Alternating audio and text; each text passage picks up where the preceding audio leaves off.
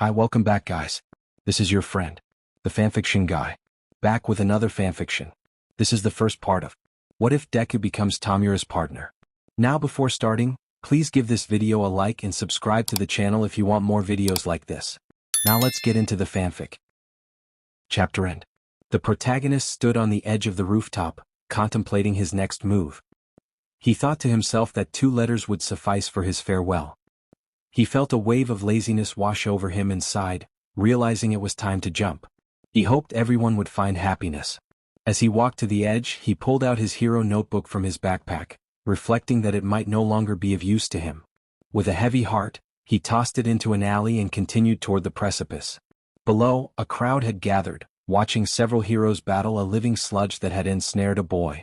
All Might, feeling a sense of despair, lamented his inability to save the boy from such a simple villain. He felt drained, almost skeletal, realizing he had reached his limit just after descending the stairs. He regretted that he had no time left to save the boy. A citizen pointed out the rookie hero MT Lady, who was expected to save the day. However, she expressed her frustration, stating she needed at least 2 lanes to maneuver. Another hero, Kamui Woods, noted that the boy trapped in the sludge was using his fire-based quirk to try to free himself and decided to leave the situation to someone else. An elderly man in the crowd voiced his concern about the hero's inaction, while a short woman with a large presence remarked that the boy was actively avoiding rescue with the flames he was releasing. She then realized that the villain was not the one All Might had been pursuing earlier. Meanwhile, a young man with ash-colored hair hid in a nearby alley, shocked that the villain had captured one of his friends. He thought about how Deku would have rushed in to save him and suddenly had an idea. He shouted and charged at the villain, throwing his backpack, recalling something he had read in Deku's notebook. A brilliant flash followed, resulting in a large explosion that melted the villain away, revealing a greasy figure in its place and freeing the captured boy. All Might, witnessing the act of bravery, felt a mix of shame and admiration, realizing he had found a potential successor. He smiled before disappearing into the crowd. In another part of the city, a shadowy figure was making its way through an alley toward the League's base, intending to check on Tomura. Everything seemed normal until an object fell in front of him. It appeared to be a notebook which he thought might interest his sensei. As he examined the notes, he was startled by the sight of a green-haired boy lying on the ground. He contemplated leaving but then decided to take the boy with him, believing he should be brought to his sensei. After transporting the boy through a portal, the shadow proceeded to heal him with the help of a person with a healing quirk. The healer expressed concern about the boy's condition, noting the broken bones and burns he had sustained. Kurojiri explained that the boy had jumped from the 5th floor of a building when he found him and offered to create a portal for the healer to return home. Later, a concerned woman wondered what had happened to Izuku, who was never late. As she answered the door, she found police officers waiting for her. One of the officers asked if she was Inko Midoriya and, upon receiving confirmation, delivered the heartbreaking news that her son had been found deceased, accompanied by letters. Inko was left speechless, tears streaming down her face as she processed the devastating information. That night, Inko couldn't sleep, tormented by the thought that her son might have taken his own life due to the bullying he had faced at school, all while she remained unaware. As hours passed, a somber gathering of people dressed in black remained, some crying, others in shock, and a few too drained to shed any more tears. Eventually only 3 individuals remained. Inko, overwhelmed with grief, could only whisper, "Why?" Mitsuki Bakugo, Katsuki's mother, approached Inko to express her condolences. The last of the 3 was the one who had suggested that Izuku jump from the rooftop, the one who had bullied him for years, and who had called himself Izuku's best friend. He was consumed by guilt, thinking that if he hadn't suggested the jump, Izuku would still be alive. He vowed to honor Izuku's memory by becoming the greatest hero, fueled by the power bestowed upon him by All Might. Revised text. "I will fulfill your dream and mine," was all the boy said softly before leaving with his mother and the mother of what had once been his best friend. Izuku found himself in a strange place, feeling disoriented and cold. He wondered if he was dead when suddenly, he heard a door creak open, flooding the room with light. "Ah, I see you've awakened," said a figure that resembled a mist with slitted yellow eyes. Izuku felt a chill run down his spine. The being appeared calm, yet there was something unsettling about its presence. "Who are you?" Izuku asked, his voice trembling. "Forgive me for not introducing myself sooner," the shadowy figure replied. "My name is Kurojiri, and you are Izuku Midoriya, am I correct?" The knowledge of his name sent a wave of confusion through Izuku. Why yes, he stammered, a sense of fear creeping in. Good, Kurogiri said before stepping closer. There is someone you need to meet. This person allowed me to bring you here and keep you alive. Someone I need to meet? Izuku asked, surprising himself with his sudden lack of fear. Indeed. This person, so to speak, is my boss, and he is quite interested in your notes on heroes. The mention of someone being interested in his work shocked Izuku. Was there really someone who valued his notes? Interested? He echoed. Yes, this person has been reading your notes on heroes and was impressed by your potential, Kurogiri explained. Follow me, I will take you to him. Izuku followed without hesitation, feeling a strange sense of trust at the thought that someone appreciated his work. They passed through several rooms until they reached one that caught his eye. It was adorned with a golden frame and rustic details. As he opened the door, he saw a girl with light blue hair sleeping at what appeared to be a bar. He was about to step inside when Kurogiri called him back. What are you doing? We need to continue. Sorry, Izuku replied. After several minutes of walking, they arrived at a dead-end corridor decorated with paintings and potted plants. Just as Izuku was about to ask a question, Kurogiri pulled a painting aside, revealing a hidden passage. Let's go, Kurogiri said calmly as he began to walk. Why yes, Izuku replied, astonished by the secret entrance. Who exactly are we going to see? As I mentioned before, this person is my boss, Kurogiri said evenly. The rest doesn't matter for now. All right. We've arrived, Kurogiri announced, opening a door. Sir, I have brought the boy. Perfect, let him in and you may leave, Kurogiri, said a voice that sent chills down Izuku's spine. Kurogiri stepped back. Hello, Izuku Midoriya. How do you know my name? Izuku asked, his heart racing. I did a bit of research before you woke up, the voice replied seriously. But let me introduce myself. My name is All for One. All for One? Izuku said, his distrust evident as he had never heard that name before. Yes, I am All for One, the leader of the League of Villains.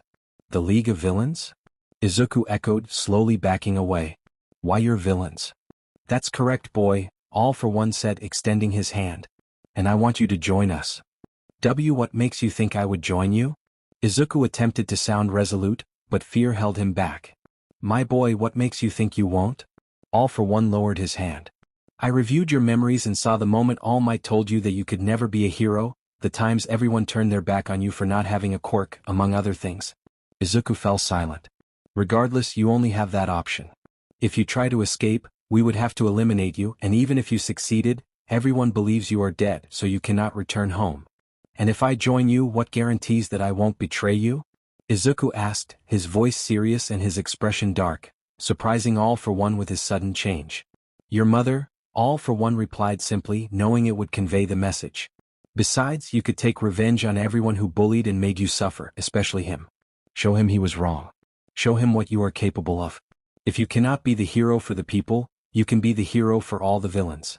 Izuku pondered All for One's words. It was true. His life had been filled with suffering and pain.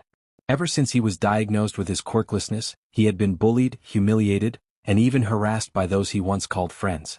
He thought deeply and finally made his decision. I will do it. I will show everyone that they were wrong. I will demonstrate that I am capable of much more than they think, and I will rise as a hero. For the villains, he declared, his pupils dilating and his intense gaze surprising All for One. All for One could only smile wickedly beneath his mask, thinking, this boy will be the downfall of the heroes. Here is another chapter. Let's begin. Izuku felt a mix of fear and disbelief as he realized that his new partner was so much younger than him. He hesitated, trying to assert himself, stating that he was 15 and not a child. Tomura, however, dismissed his concerns with a loud shout, approaching him menacingly. Just as he was about to strike, Toga stepped in front of Izuku, playfully chiding Tomura for scaring him. Tomura, with a cold demeanor, warned Toga to step aside before he lost control. Kurogiri intervened, reminding Tomura that it was a direct order from their sensei for Izuku to become his partner. Tomura grumbled, expressing his frustration but ultimately relented, stating he would comply only because it was an order. Izuku sighed in relief, thanking Kurogiri for calming the situation. Kurogiri then explained that Izuku's training would involve various exercises to build his strength, followed by combat training at both close and long range. He handed Izuku a list of exercises, which made Izuku anxious, feeling overwhelmed by the challenges ahead. Kurogiri reassured him that Tomura had managed to complete similar training, and suggested they all get some rest before the next day. Izuku then voiced his concern about where he would sleep, prompting Kurogiri to announce that he would be staying in Tomura's room.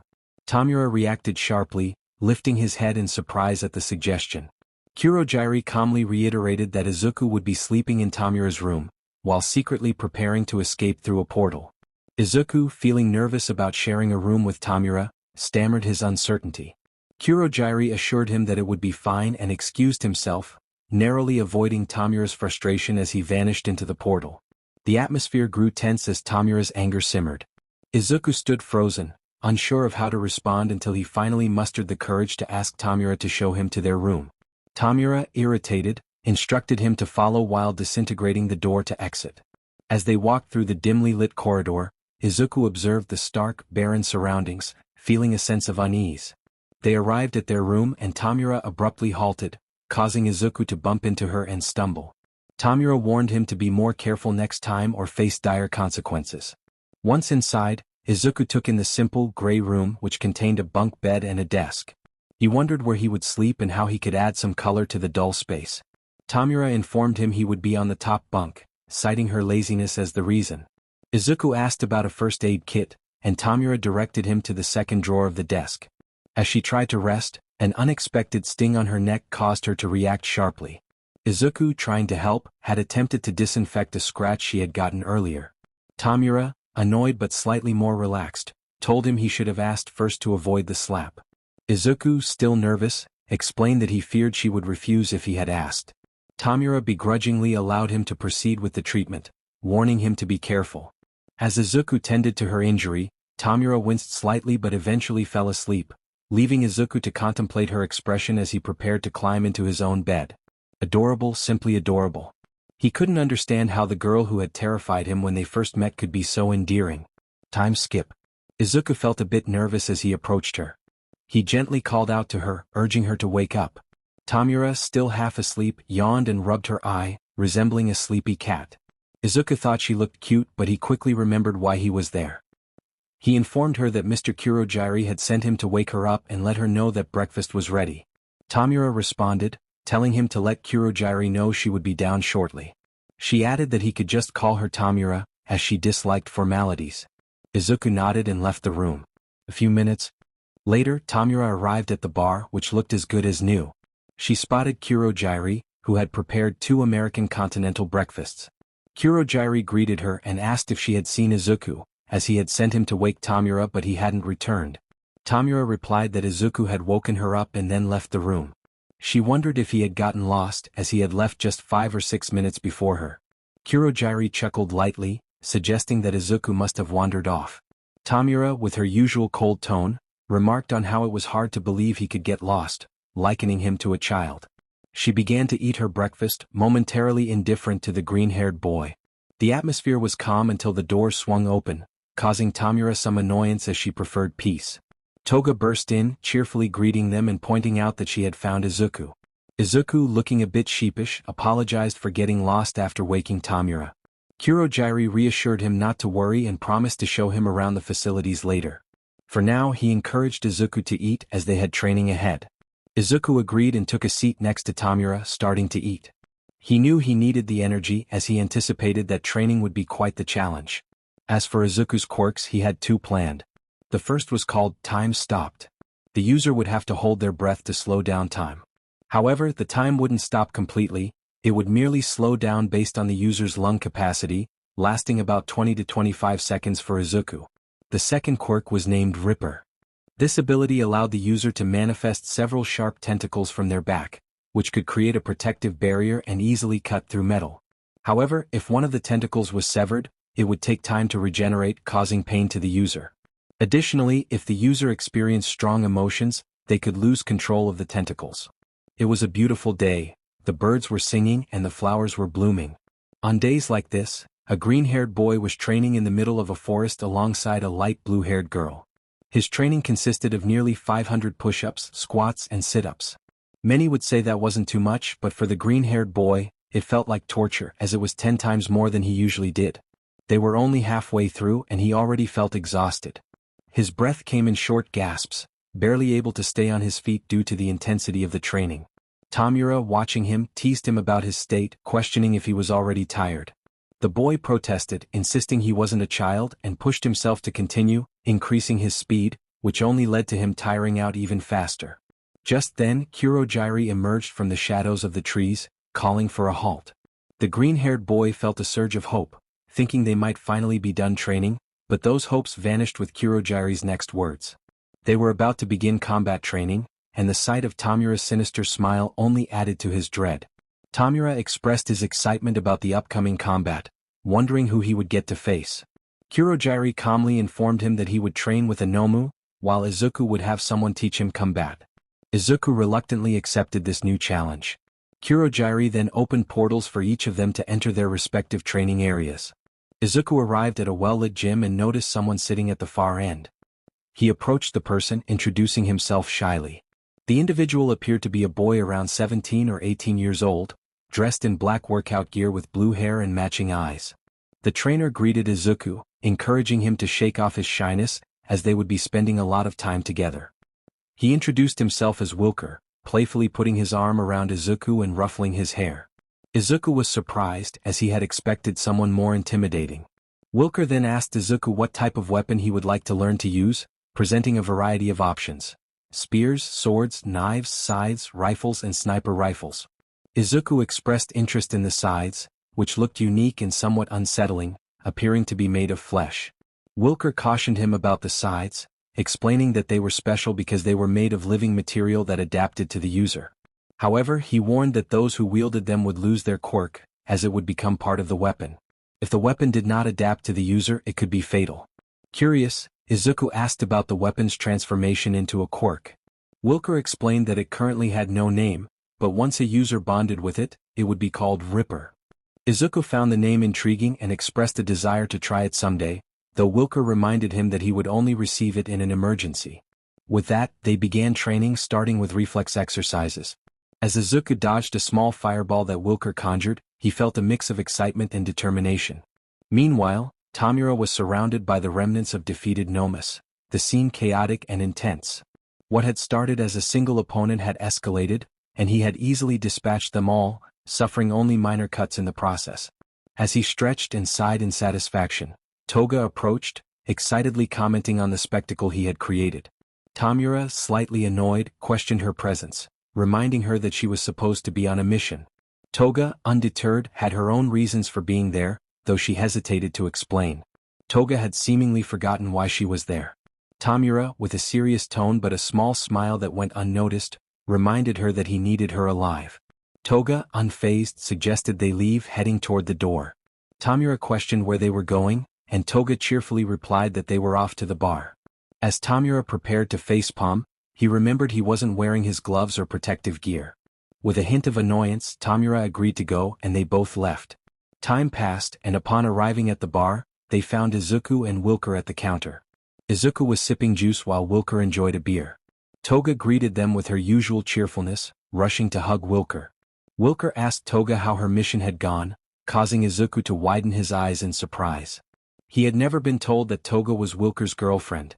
He only knew Wilker had a girlfriend but not her name. Izuku stammered, expressing his shock at discovering Toga's identity as Wilker's girlfriend.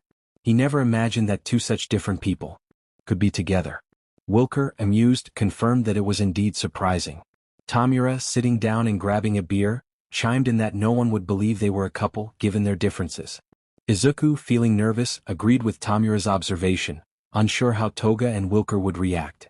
Wilker reassured Izuku that they often received such comments but it didn't bother them. Toga playfully took Wilker's beer, and he nodded in agreement with her words. Izuku then asked Tomura how training had gone, initially calm but beginning to stutter as he spoke to her, which Wilker noticed with surprise. Tomura responded that he had done well, implying that the training hadn't been too challenging for him. He then teased Izuku by calling him kid, which made Izuku nervous but happy that Tomura was speaking to him without threats. Izuku shared that he had been learning to shoot and fight from Wilker, who praised him for his talent in evading attacks and landing a few hits, though he downplayed it a bit. Just then, Kurojirai appeared from one of his portals, interrupting their conversation and reminding them that Izuku needed to rest for his first mission the next day. Izuku agreed to leave, bidding farewell to everyone. Tomura stood up silently and exited the bar to head to his room. Kurogiri wished Izuku a good rest as he left.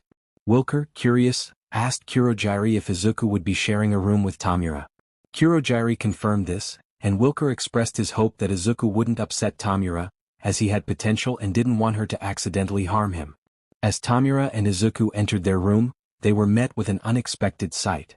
The room was transformed, half painted green and half sky blue, decorated with various plush toys.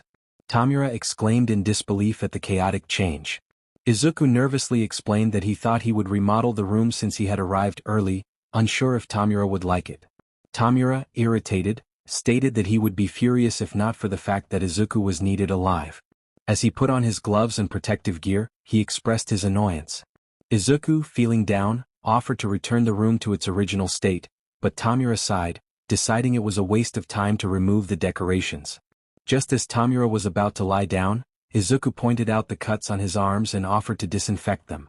Tomura paused for a moment before sitting on the bed and lifting her shirt, revealing a sports bra which made Izuku blush. He was momentarily stunned until Tomura snapped her fingers, bringing him back to reality. After receiving permission, Izuku carefully treated Tomura's wounds without any backlash this time.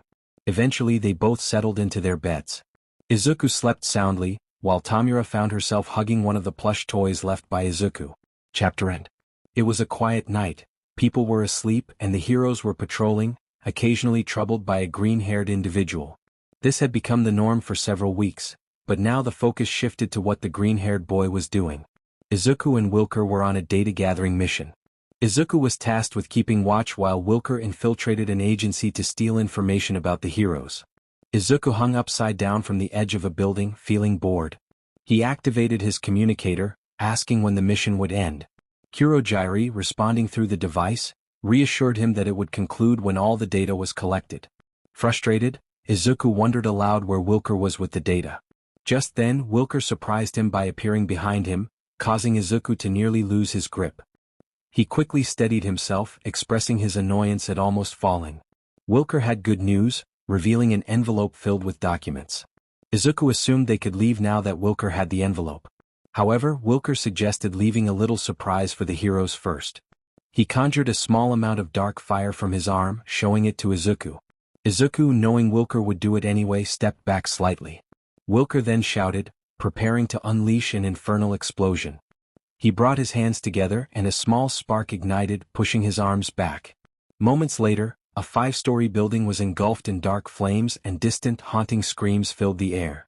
Izuku was amazed but concerned about Wilker's arms, knowing that using such a technique could be damaging. Wilker reassured him, stating that he could now use the ability more safely. He mentioned that Toga was waiting for him, and if he didn't fulfill his promise of dinner, she might take drastic measures. Realizing the heroes were drawing near, Izuku suggested they leave. Just as he began to run, he noticed a hero blocking his path. When he turned to call for Wilker, he saw that Wilker had already left. Frustrated, Izuku thought to himself about Wilker's abandonment. Attempting to mask his nervousness, Izuku greeted the hero, stuttering through his words. Meanwhile, Wilker entered a bar with a big smile, greeting Toga, who rushed to him.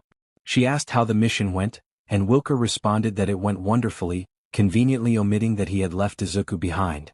Tomura entered the bar and inquired about Izuku's whereabouts.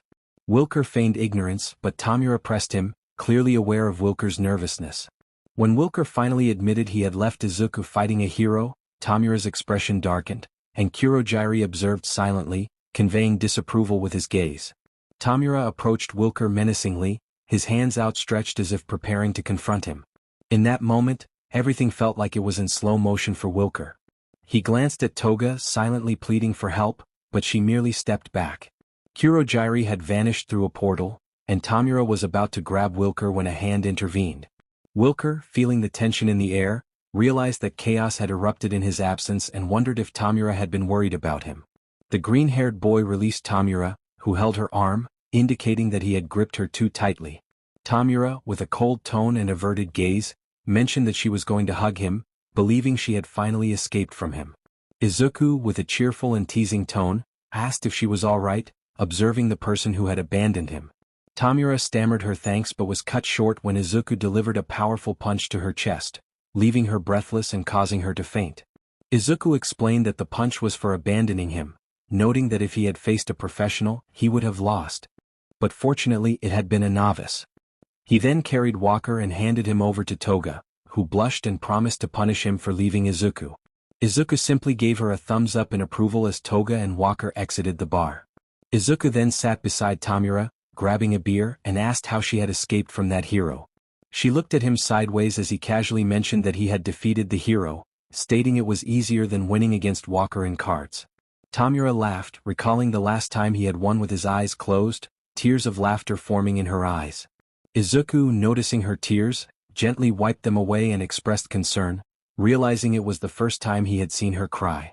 Tomura, overwhelmed with emotion, pleaded with him not to go, fearing for his safety as he was the first person she considered a friend.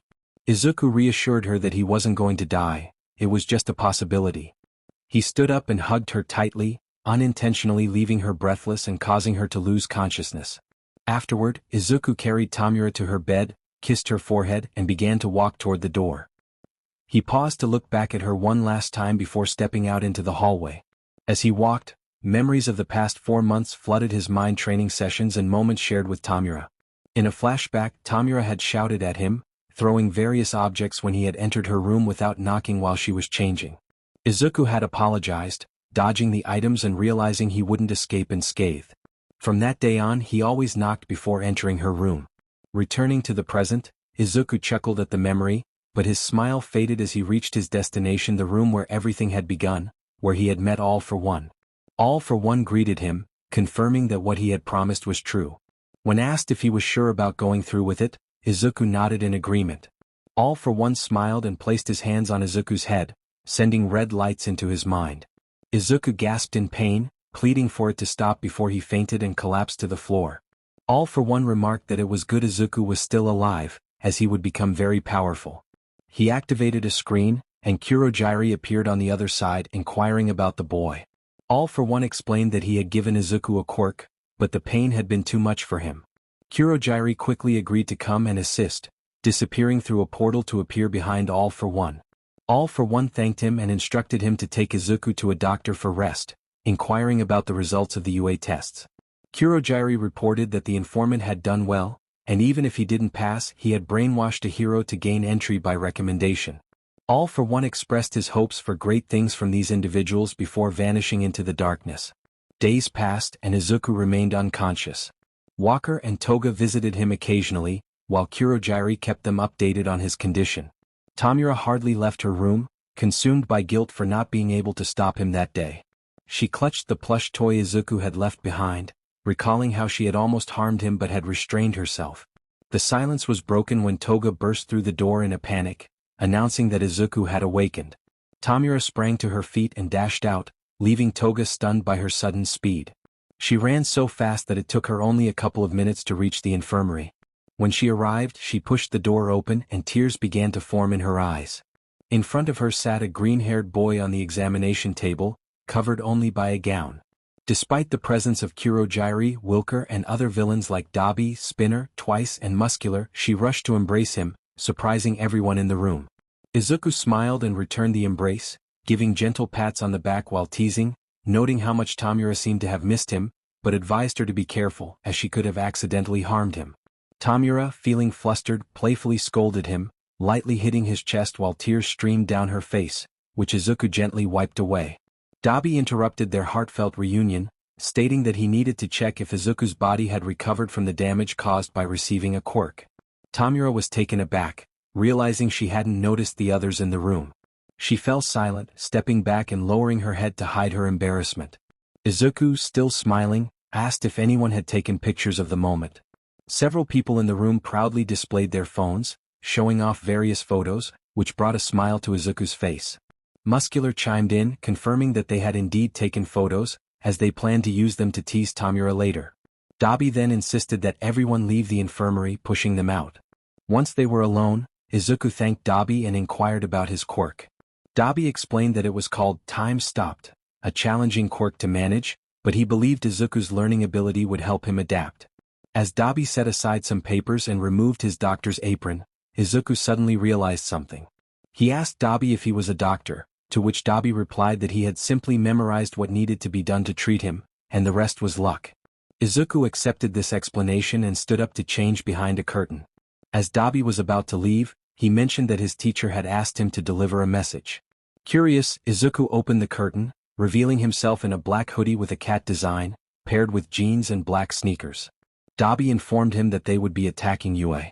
A green-haired boy and a light blue-haired girl were in a room. The girl was putting on a black coat, adjusting it carefully on her arms and legs, and even had one covering her face. The green-haired boy stood completely still, lost in thought. The words, "We will attack Yue," echoed in Izuku's mind. The League's objective was to strike at the largest hero school in the world, and he wondered if it was even possible. Tomura snapped Izuku out of his trance, calling to him with a snap of his fingers. He told Izuku that they were being summoned. Izuku, feeling nervous since receiving the news about the attack on Yue, apologized for his distraction. Tomura insisted he put on his suit and come along, as Kurogiri wanted to speak with them. Izuku smiled, pleased to see Tomura waiting by the door as he had requested. Minutes later, Izuku emerged from the room dressed in his outfit, which consisted of a leather and fabric jacket that covered him to the waist.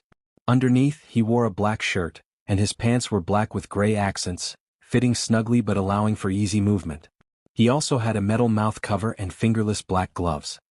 He playfully asked Tomura how he looked, striking a pose with his arms open as if expecting a hug.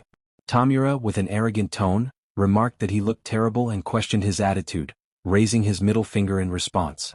Izuku retorted that Tomura was the one who changed his attitude frequently, raising both middle fingers as he walked past him. Tomura, realizing what Izuku had done, threatened him, saying he would catch him today. Izuku, already several meters ahead, challenged Tomura to try, confident that he could outrun him. Izuku ran so fast that even Tomura found it hard to keep up. What Tomura didn't know was that Izuku was using his quirk to gain speed, turning corners to evade him. Halfway through their path, Wilker joined Izuku, having been pursued by an angry Toga. Izuku asked Wilker what he had done, to which Wilker explained that he had woken Toga by throwing her into a cold bathtub. As Wilker prepared to speed up, he slipped and reached out for Izuku's help.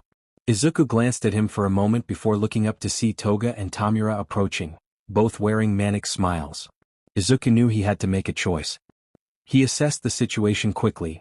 The door where they were to meet was just a few meters away, but if he carried Wilker, he might not make it. If he went alone, he would surely survive, so he decided on the most obvious course of action. Wilker was dragged into a room by Toga, shouting accusations of betrayal.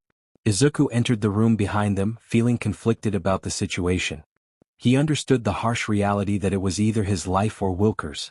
Tomura, trying to maintain his composure in front of the other villains, whispered a threat to Izuku, who responded with a defiant smile. Muscular, already in the room, asked where Wilker and the girl were. Tomura informed him that they were busy, and since Muscular was underage, he couldn't drink. In a swift motion, Tomura disintegrated the beer that Izuku had been holding. Kurogiri announced that they would begin without Wilker and Toga, instructing Dabi to brief them on the plan later. Izuku, eager to know more, asked Kurogiri to explain. Kurogiri revealed that their infiltrator had provided information about the USJ, where Izuku's class would be. The plan was to attack during their visit, with the mission to incapacitate the students. Only Tomura, Izuku, Wilker, and Kurogiri would participate. Spinner questioned why they would only incapacitate the students instead of eliminating them, suggesting that it would prevent them from becoming false heroes. Kurogiri clarified that the goal was to damage Yue's reputation, though he noted that killing them wouldn't be an issue. Izuku raised a concern about the randomness of their separation, suggesting they should divide the students based on their weaknesses. He discreetly crushed a paper with Bakugu's name on it. Wilker entered the bar, using crutches and with his arm heavily bandaged. He acknowledged Izuku's idea but wondered why he couldn't join the mission. Toga, pouting in a corner, expressed her desire to participate.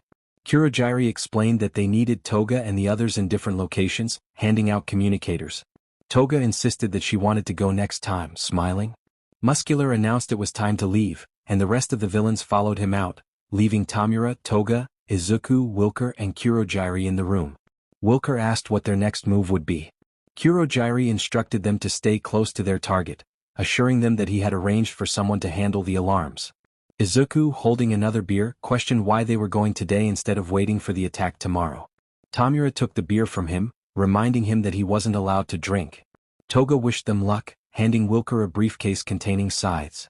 Izuku questioned why Wilker was bringing the scythes, as he thought they had no designated user. Wilker clarified that he never said they lacked a user, only that people avoided using them. With that, he stepped through the portal.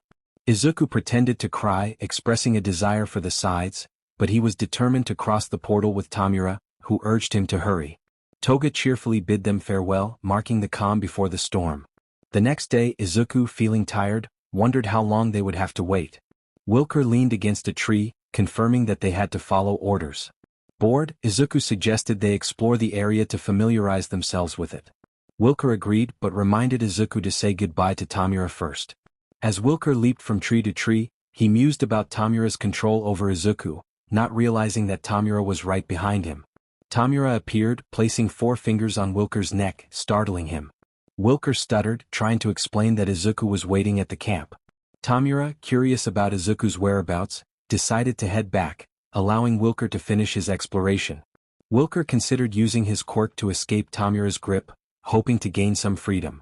Tomura felt a deep blush spread across his face as he released Wilker and covered his face with his hand. He hesitated, unsure of why he should go with him. Wilker, relieved that Tomura had finally let him go, teased him lightly, stating that he never said he should go with anyone, just that he should head to the camp. Tomura, retreating into the shadows of the trees, warned Wilker to be cautious of a nearby hero. Wilker, amused by the thought, pondered the situation, thinking it would be entertaining. As Wilker wandered around the USJ, he had already identified several hiding spots for his escape. He knew he would have to check inside, but passing through without triggering an alarm was impossible. Although the surrounding alarms had been disabled, the ones at USJ remained active to avoid suspicion. He wondered what Tomura and Izuku were up to, chuckling softly to himself. Suddenly, a voice called out, and Wilker recognized it immediately. It was V, who questioned why Wilker was there when the attack was scheduled for the next day. V expressed his disapproval, suggesting that Wilker had come early to take advantage of defenseless people.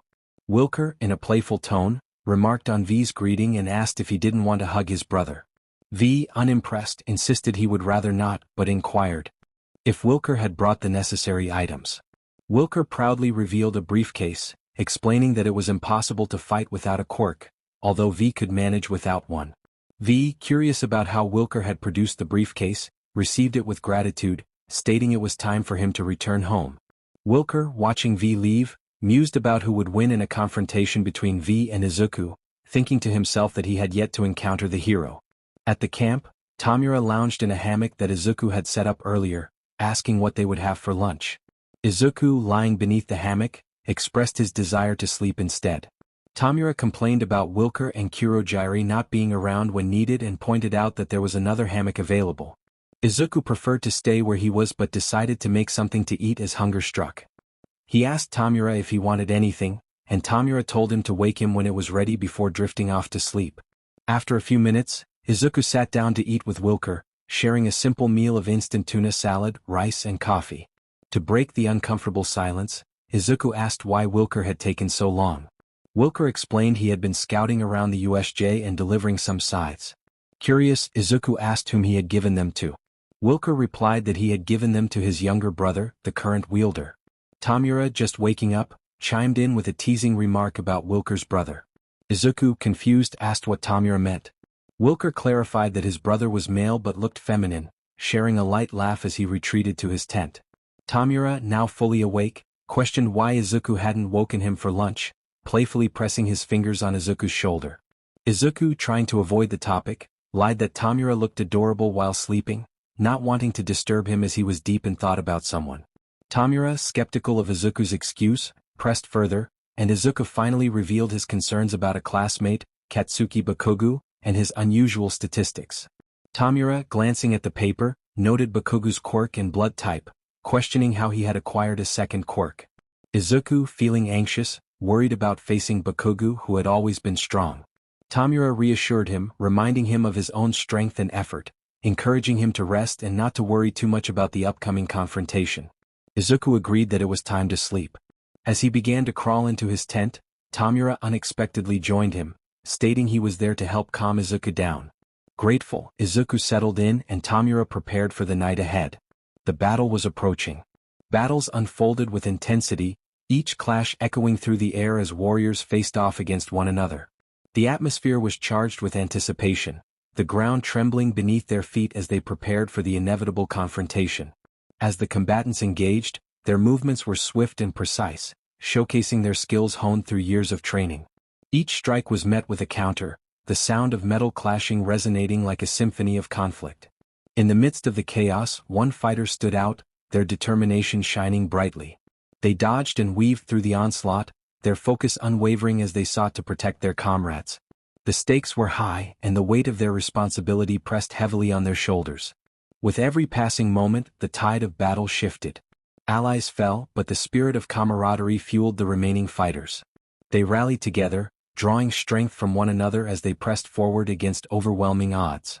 As the dust settled, the echoes of battle lingered in the air, a testament to the fierce struggle that had just transpired. The warriors, though weary, stood tall, united by their shared experiences and the bonds forged in the heat of conflict. The day had arrived, the attack on UA was just minutes away, and the League of Villains was preparing to strike. Wilker placed a reassuring hand on Izuku's shoulder and asked how he felt. Izuku took a deep breath to calm his nerves and replied that he was fine, though he never thought he would be in this situation. Wilker, with a tone of confidence, encouraged him, saying he would do well. Tomura interrupted, reminding them that the students had arrived and it was time for action. A portal appeared before them, signaling the start of the attack. Once they entered, the rest of the villains would follow, so there was nothing to worry about. They donned their masks, Tomura with a hand covering his face and Wilker with a simple cloth mask, when a voice halted them. Izuku, with a playful grin, reminded them to remember, "No Russian," in a mock Russian accent before stepping through the portal, followed by Tomura and Wilker, who wondered how someone could be so unpredictable. Minutes earlier, with the students of UA, Kirishima expressed his excitement about the upcoming USJ event. The others shared their feelings, with Tsuyu pointing out V's odd request to be called by a single letter and noting that he had yet to show his quirk.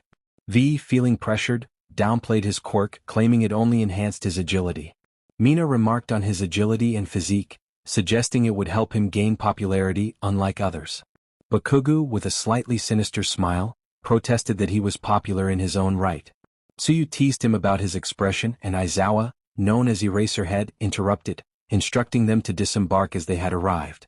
As the students exited the bus, they were greeted by the Hero 13, who warned them to be cautious with their quirks. The atmosphere was calm until a purple portal appeared in the center of the USJ, from which several figures emerged, all clad in menacing costumes. Among them were a green-haired boy, a girl with a hand on her face, and a blue-haired individual with black flames trailing behind him, accompanied by a bird-like creature. Kirishima, initially excited, lost his enthusiasm when he saw 13 take a combat stance. Aizawa confirmed that they were facing real villains and instructed 13 to evacuate the students. 13, realizing the communication systems were down, expressed concern while trying to contact UA. Aizawa, determined to protect the students, prepared to engage the villains. As the chaos began, V smiled to himself, wondering how the situation would unfold. In the center of the USJ, Izuku expressed disappointment that All Might was not present as expected. Tomura suggested they follow their plan to damage the hero's reputation. Wilker, frustrated, reminded them that they had brought a Nomu without permission, which was a risky move. Izuku, maintaining a serious demeanor, ordered Kurogiri to adjust their strategy, leaving some students at the entrance to fight, while he reprimanded Tomura for his careless behavior. Kurogiri complied, opening portals for the villains to enter. Izuku and Wilker stepped through their respective portals, Wilker into a fiery area and Izuku into a zone of rubble. As the battle commenced, Eraserhead engaged in close combat, skillfully evading and countering attacks while neutralizing the villains' quirks. However, Tomura observed closely, deciphering Eraserhead's fighting pattern. With a psychopathic chuckle, Tomura prepared to strike. When Eraserhead charged at him, Tomura swiftly closed the distance, landing a blow on Eraserhead's elbow and following up with a punch to the face. Eraserhead retaliated with a kick, which Tomura blocked, quickly countering with his own attack. The battle raged on, each combatant showcasing their skills in a fierce contest of wills. Both characters separated, locking eyes intently as they began to walk in a circle, maintaining a distance of just over a meter apart. The tension in the air was palpable, and the surrounding villains chose to stay out of it. After a little more than a minute they stopped, and in a burst of speed they were face to face. Tomura launched a punch that Eraser skillfully dodged, countering with a knee strike to Tomura's face. Tomura staggered back but quickly charged forward again. Tomura aimed a kick at Eraser's face, but Eraser ducked slightly and used one of his bandages to pull Tomura's foot. To avoid injury, Tomura rolled on the ground and sprang back to her feet. Eraser advanced on Tomura while activating one of his bandages, delivering a series of punches that Tomura blocked. In a moment of distraction for Eraser, Tomura landed a blow that sent him soaring a meter into the air. Eraser reacted swiftly, delivering a kick directly to Tomura's forehead, stunning her for a couple of seconds. He seized the opportunity to unleash several strikes, but when he ensnared her in his bandages, Tomura quickly deteriorated them to break free. She retreated rapidly, having achieved her goal. Several villains gathered around her, preventing Eraser from escaping. Tomura looked at Eraser and remarked that he couldn't underestimate him. With a snap of his fingers, he signaled several villains to rush forward and attack Eraser. The hero struggled to evade the relentless onslaught, as Tomura taunted him, predicting where he would be before he could even move. It seemed nearly impossible for Eraser to escape alive. Eraser thought to himself that if he continued like this, he would eventually perish. He needed to get rid of the distraction, believing that if he did, he could continue fighting. Tomura, with a psychopathic and mocking tone, pointed out that Eraser should be more concerned about the villains surrounding him rather than himself.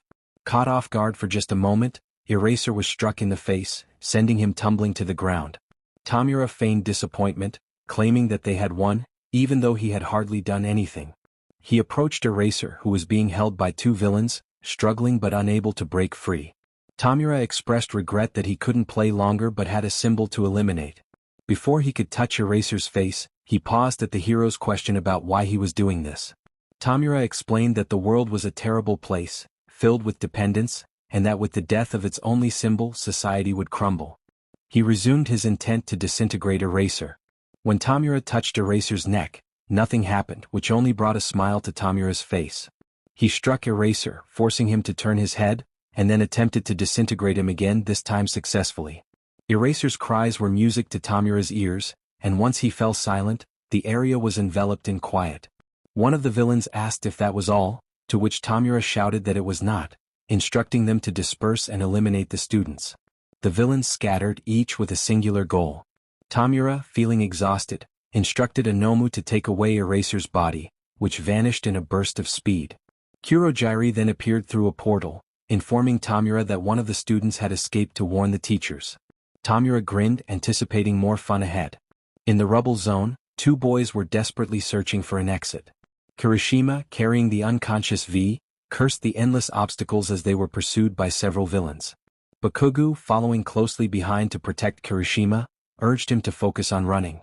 A villain leaped from a rooftop, challenging Kirishima to play. Bakugu quickly moved Kirishima out of harm's way, surrounded by orange sparks.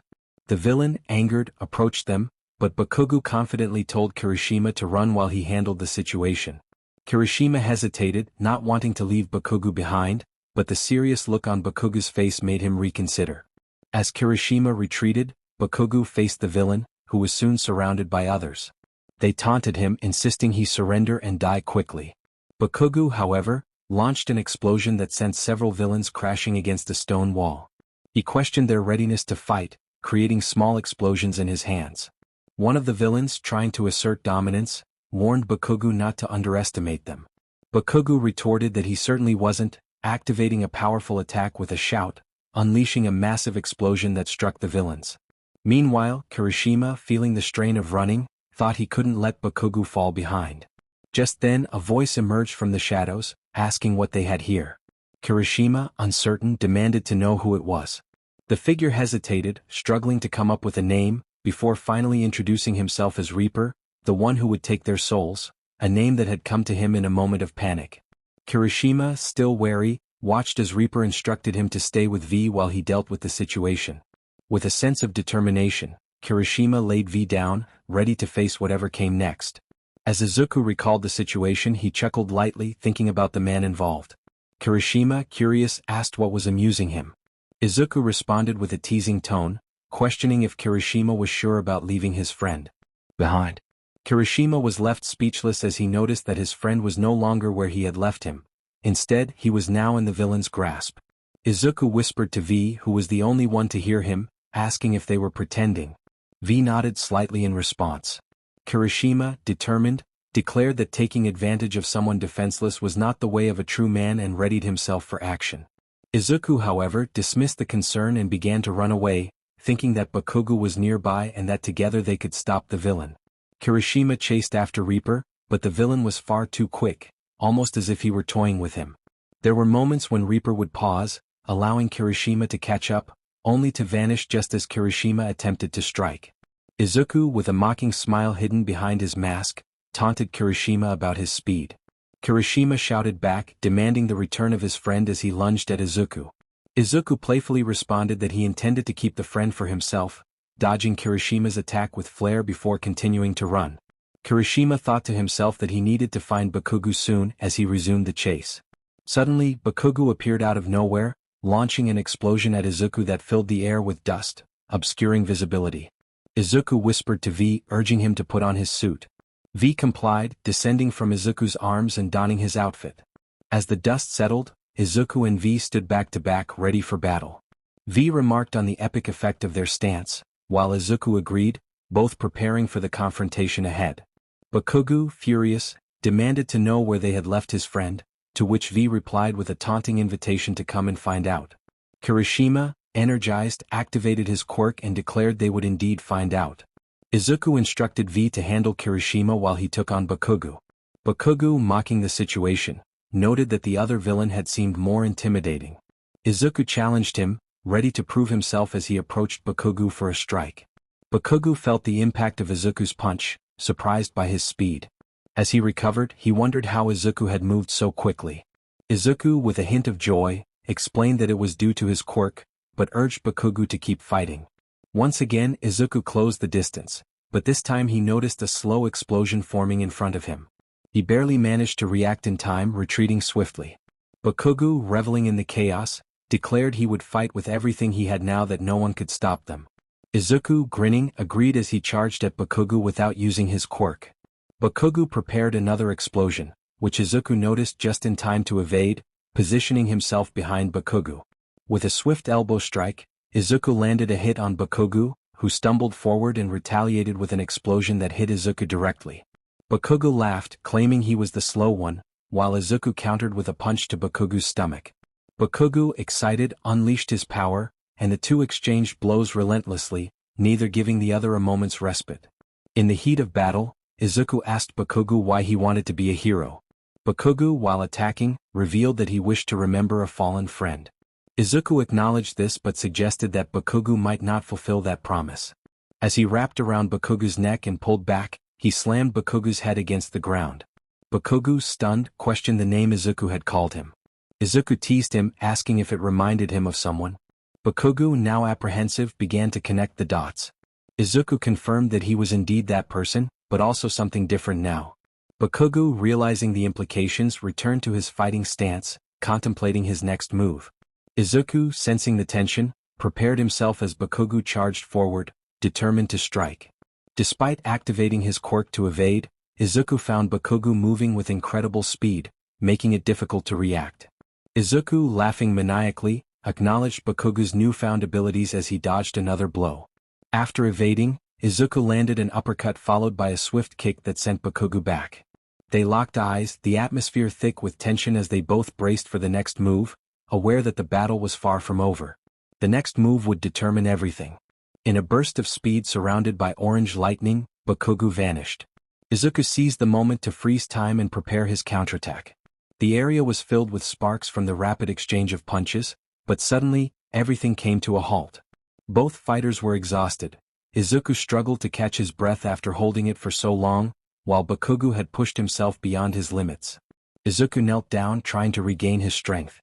Seeing this, Bakugo activated One for All and launched a kick. In that instant, Izuku attempted to hold his breath to stop time and dodge the attack. Unfortunately, he was unable to do so and took the hit directly, leaving him momentarily dazed. Just before losing consciousness, he caught sight of V arriving with two sides at his back, swiftly knocking Bakugo out. V lifted Izuku's body and remarked that he seemed to be in trouble, adding a playful tone about his timely arrival.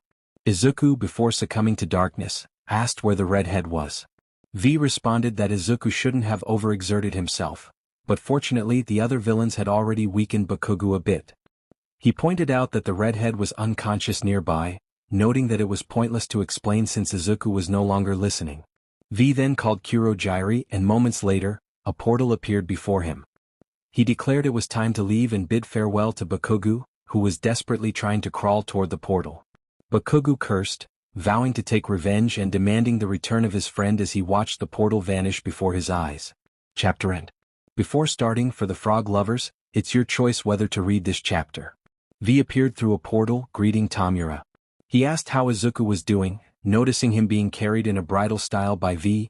V explained that Izuku had a tough fight but fortunately survived. Tomura, sitting cross-legged, inquired how long it would take for Izuku to wake up.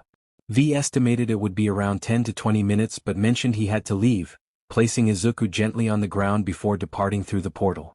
Tomura praised the boy for his efforts, feeling a slight blush at Izuku's unconscious whisper of his name. Meanwhile, Wilker was on a yacht surrounded by several villains.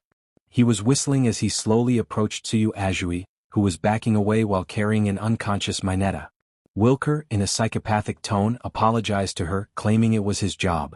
Just as he was about to strike Tsuyu, a purple ball stuck to the bottom of his foot, preventing him from advancing. Angrily, he tried to peel it off, while Mineta, trembling, heroically announced that it was his quirk that created the sticky ball. Wilker laughed at the boy's bravado, dismissing it as ineffective against a professional villain like himself. He unleashed black flames from his leg, melting the ball. Before Mineta could finish his sentence, Wilker swiftly positioned himself in front of him, delivering a painful blow. Mineta cried out in pain as Wilker pressed the knife deeper, thinking he might not survive but hoping to buy time for Tsuyu. He pressed his hands to his head, urging Tsuyu to run away. Those were his last words as he fell silent. Wilker, feeling triumphant, taunted Tsuyu, who remained frozen in shock. He enveloped himself in flames to melt the sticky ball and quickly grabbed Tsuyu, slowly causing her pain. After a few minutes, he released her, surprised to find she was still alive. He lifted her and created fiery ropes to bind her. One of the villains in the water expressed frustration at not being able to have fun, while Wilker assured them they would enjoy themselves in another way. The villains, understanding his intent, cheered and prepared to follow his orders. Wilker encouraged them to start quickly for maximum enjoyment. As the villains began their chaotic actions, Wilker made sure Tsuyu was helpless, reveling in the chaos around him. The scene was filled with tension and despair, as Tsuyu struggled against her bindings, feeling overwhelmed and desperate. Meanwhile, Tomura watched over Izuku, who was slowly regaining consciousness. Izuku asked what had happened, and Tomura explained that he had fainted after the fight. Feeling down about his perceived weakness, Izuku lowered his head. Tomura approached him, lifted his chin, removed his mask and gave him a reassuring kiss. Izuku blushed and questioned the gesture. Tomura explained it was to encourage him, acknowledging his hard work and urging him to let go of his feelings of inferiority, reminding him they still had things to do. Grateful and blushing, Izuku thanked Tomura just as the door of the USJ burst open, leaving them both wondering what was next. A figure with great musculature, radiating tranquility and confidence, stood before them. All Might had finally arrived. Tomura shouted with excitement, acknowledging the appearance of their final boss. Wilker, arriving alongside Kurojairi, remarked that it would be fun to see All Might in action. Kurojairi urged Tomura to act quickly, warning that if more professionals arrived, they would not be able to escape. Just as Tomura began to respond, he had to dodge a powerful strike from All Might.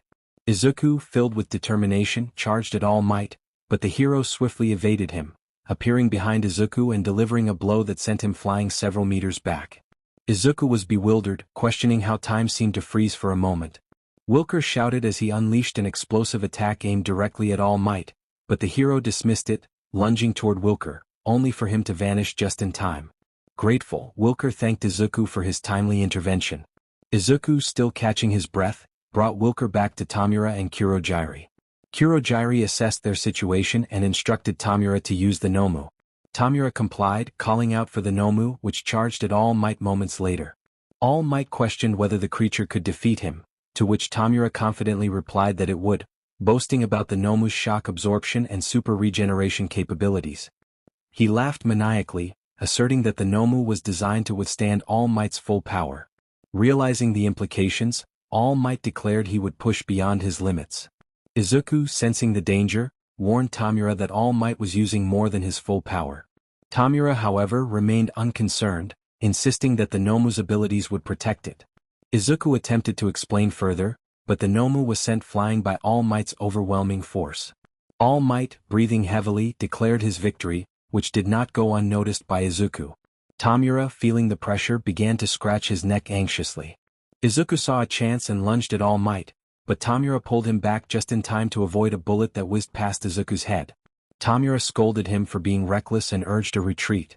Kurogiri opened several portals for their escape, and Tomura shielded Izuku from another bullet. As they successfully fled, the four villains left behind their comrades. Meanwhile, All Might, recovering, was approached by Cementos, who created a wall of concrete to shield All Might from prying eyes. All Might, though relieved they arrived in time, lamented that they hadn't come sooner as he coughed up blood while looking at Aizawa's lifeless body. Cementos, devastated, mourned the loss of his friend. All Might inquired about the student's condition, and Cementos reported that most were fine, but 2 had perished and 4 others were seriously injured. All Might vowed to capture those responsible for the chaos. After their escape, the 4 villains arrived at a bar. Izuku, concerned for Tomura, asked if he was all right. Tomura, trying to sound proud, insisted he was fine though he was in pain. Izuku decided they needed to head to the infirmary and carried Tomura on his back as they exited the bar. Kurogiri assured them he would handle the mission report, while Wilker jokingly expressed his reluctance to have any nephews. As Tomura complained about his condition, Izuku insisted on disinfecting his neck, having noticed Tomura scratching it during the fight.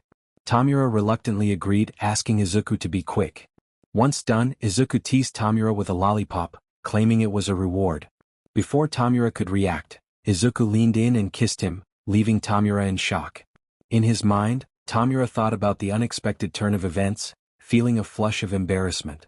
The story concluded, leaving readers eager for more. Several days had passed since the attack. Tomura had recovered, while Wilker and Toga were likely indulging in their interests, and the others were on missions. Dabi, however, never participated in missions and Izuku found himself lying around with nothing to do. Izuku complained about his boredom while sitting on the rooftop of the bar. Dabi appeared with several beers in hand and suggested that if Izuku was so bored, he should take on a mission. Izuku dismissed the idea, claiming it was too much work, and asked Dabi for a beer. Dabi, using his usual cold tone, denied him, explaining that Tomura had forbidden them from drinking and that Izuku needed to earn his own beers. Frustrated, Izuku muttered under his breath, but before he could finish, Wilker covered his mouth and whispered that Tomura was approaching. Tomura entered the rooftop, and Izuku tried to change the subject by commenting on the nice day. Tomura demanded a response, causing Izuku to feel intimidated. In a moment of thoughtlessness, Izuku blurted out that he found a girl attractive.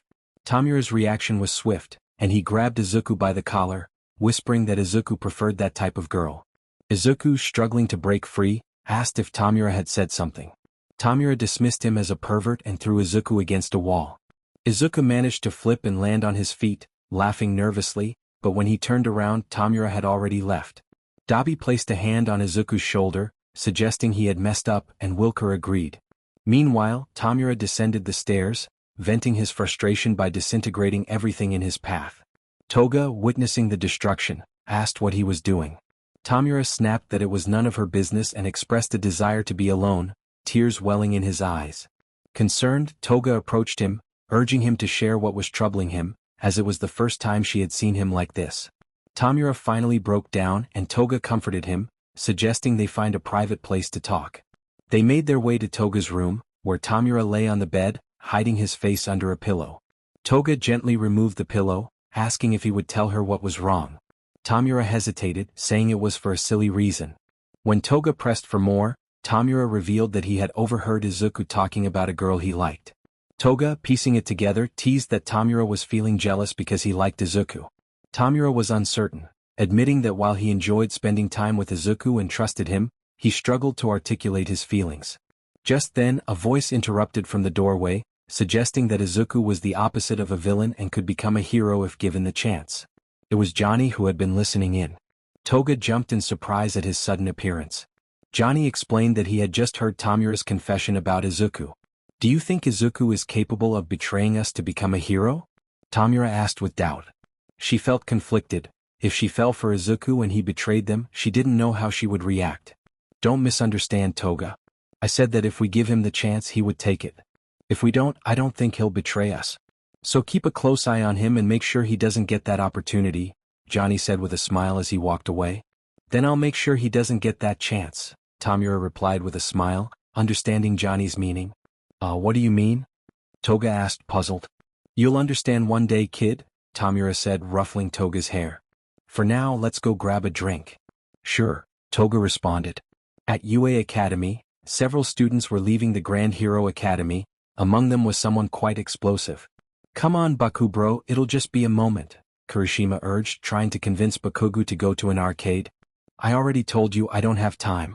Why don't you go with V? Bakugo replied, his friend's persistence wearing him down. I asked, but V turned me down so sweetly that I couldn't press further. She said she had to meet up with some friends, Kirishima explained, causing Bakugo to sweat slightly. Tisich, fine. I guess it's okay. I don't want to see my mom today anyway, Bakugo said with a tired tone, accompanied by a sigh. Meanwhile, Izuku, Wilker, and Dabi were heading to a specific location, the arcade where they were supposed to meet V and another informant. The three were discussing what had happened a few hours earlier. So that's what you meant by messing up, Izuku said, looking down, realizing he might have lost his slim chance with Tomura. Yeah, Tomura must be feeling bad right now, Wilker said, giving Izuku a light tap on the head. I have to admit, kid, you're terrible with girls, Dabi added, making Izuku feel even worse. It's not my fault. Oh look, there's V with someone, Izuku said, trying to change the subject. Supposedly we wouldn't waste much time, you spiky-haired idiot, Bakugo said, feeling stressed as the arcade was farther than he thought. Relax, we'll be there soon. Hey look, there's V with someone, let's go say hi, Kirishima said excitedly as he hurried over. Let's finish this so we can rest, Izuku said as he started to run. Come on, Baku bro, the faster we get there, the faster we can play, Kirishima called out, sprinting to greet his friend. Two people were running towards the same place at high speed and inevitably they collided. I'm sorry. Are you okay? Kirishima asked, extending his hand to Izuku. Yeah, thanks. That was awkward, Izuku thought, realizing who he had bumped into. Hey Izuku, what are you doing on the ground? Great, V said, noticing the scene. Hello V. Nothing, just bumped into someone, Izuku said while hugging V, using him as a shield to signal Wilker and Dabi to retreat. Hey Kirishima, who are they? Bakugo asked, his expression still tense. Oh, they're friends of V, but since they're here, do you want them to join us? Kirishima inquired. Fine, we were going in anyway. By the way, I'm Izuku Shigaraki. What's your name? Izuku introduced himself, using the first surname that came to mind. Immediately after, he received a teasing message from Wilker. Sure, let's let Shigaraki come with us, Bakugo said, spelling out Izuku's surname, and staring at him intently. Of course, let's all go, V said in a somewhat adorable manner. Wait, let me introduce myself first. My name is Hitoshi Shinso, a student from Class 1C, the now-known Shinso said in a cold and disinterested tone. Everyone entered except for 4 people, Bakugo, Izuku, Dabi, and Wilker. The latter 2 were hiding but then positioned themselves on either side of Izuku. I knew it was you, Bakugo said calmly. You better not try anything, we could take you down right now. And you know it, Kakin, Izuku replied with a hint of amusement. I know. For now, I don't want to fight, Bakugo said before entering the arcade. You two stay close, don't let anyone see you, Izuku ordered as he walked into the arcade with a big smile on his face. I wonder what will happen now, Dabi thought from the shadows. And I wanted to go in, Wilker complained. Chapter end. Kirishima looked eager to play and asked what they were going to play. Izuku suggested a fighting game, having kept an eye on Bakugo since they entered the arcade. V chimed in, recommending The King of Fighters 2002, claiming it was a masterpiece. Bakugo, brimming with confidence, said he would show off his skills. Izuku teased him, saying ladies first, which made Kirishima laugh, finding it amusing. Bakugo, annoyed, suggested they go head-to-head first, wanting to save Izuku for last. Kirishima accepted the challenge, his loud declaration drawing attention. As Bakugo and Kirishima began their match, Bakugo chose Iori Yagami, Terry Bogard, and Kyo Kusanagi, while Kirishima picked Joe Higashi, Andy Bogard, and Ryo Sakazaki. The match was intense, and while they fought, Izuku joined V and Shinso, whispering to them about what they had discovered. Shinso mentioned the upcoming sports festival and school internships, which pleased Izuku. He reminded them to act like strangers after this, then returned to watch the match. Bakugo and Kirishima were evenly matched, each with one character left. Bakugo decided to go for a risky combo, but Kirishima was caught off guard and lost. Kirishima lamented how close he was to winning. Izuku, with a playful innocence, claimed it was his turn next, which irritated Bakugo. He urged Izuku to pick his characters, and Izuku chose Kula Diamond, Blue Mary and Shermie Orochi, while Bakugo stuck with his previous choices. Bakugo was surprised by Izuku's selection of Orochi, a difficult character to obtain. Izuku kept his strategy a secret, further frustrating Bakugo. The fight began with both players cautiously avoiding attacks, but Izuku took the initiative with a special move that caught Bakugo off guard. He warned Bakugo not to underestimate Kula, who had a mix of short, medium and long-range attacks. Bakugo managed to defend himself but was hit by another attack that took a significant chunk of his health. Minutes passed, and the match dragged on for nearly half an hour without a clear winner. Just as the tension peaked, the fire alarm blared, startling everyone. Bakugo complained about the timing, but when he glanced at Izuku, he noticed a strange smile on his face, leading him to suspect Izuku had something to do with the alarm. Izuku suggested they leave, knowing who might be responsible. Bakugo decided to check for anyone left behind and rushed toward the source of the fire, while Izuku and Kirishima prepared to exit the arcade. Suddenly, Kirishima was knocked out, his senses fading as Izuku whispered an apology and carried him on his back, rushing to find Wilker and Dabi. Dabi, coldly questioning who Kirishima was, received Izuku's casual response about using him to take down All Might, which excited Wilker to the point of igniting himself. Izuku, realizing the danger, urged Dabi to move away from the flames. After distancing themselves, they turned to witness a massive explosion engulfing a building in black flames. The aftermath left only the structure's pillars standing, with everything inside incinerated. Izuku laughed maniacally, realizing the chaos they had caused, while Dabi joked about needing drinks afterward. The onlookers began to view them as strange, which Izuku found displeasing.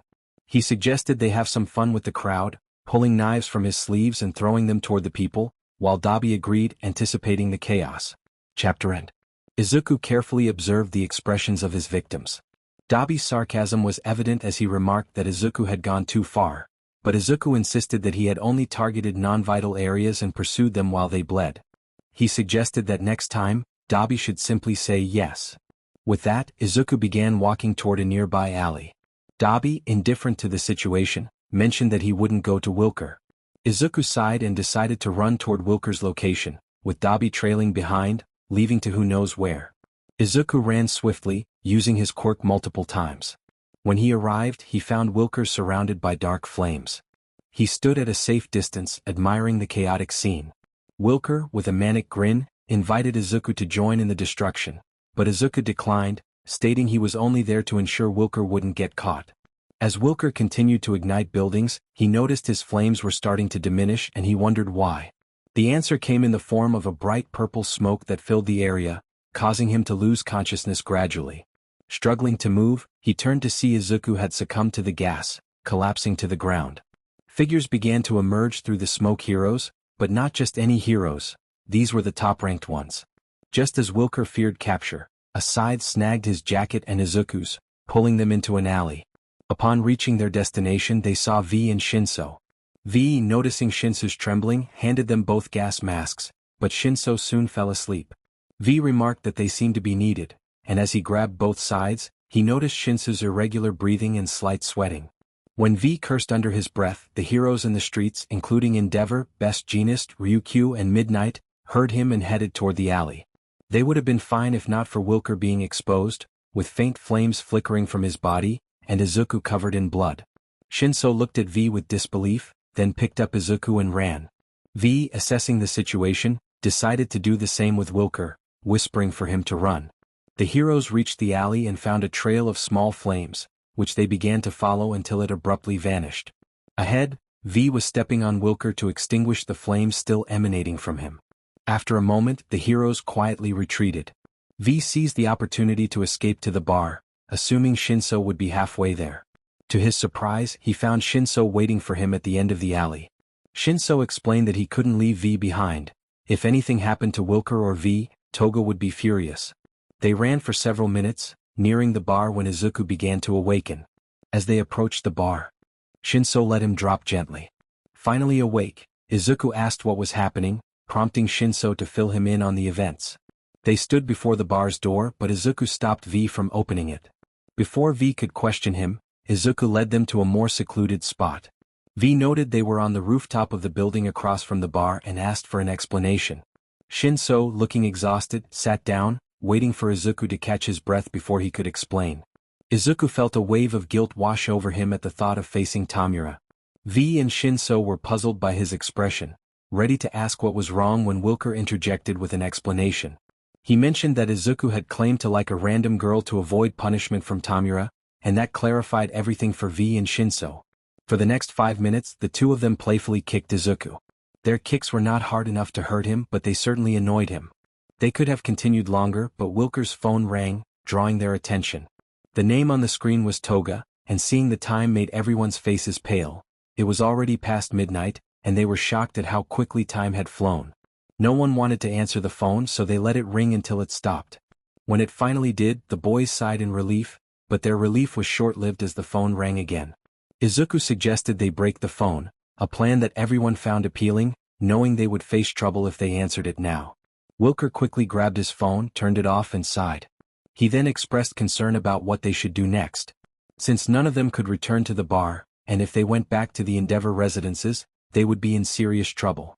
V's comment left Izuku and Wilker bewildered. Izuku was surprised to learn that they had been placed in residences after the attack at USJ for their safety, a fact that Shinso emphasized with air quotes. Realizing they couldn't go back, Wilker suggested going to a nearby bar, which Izuku thought was a great idea.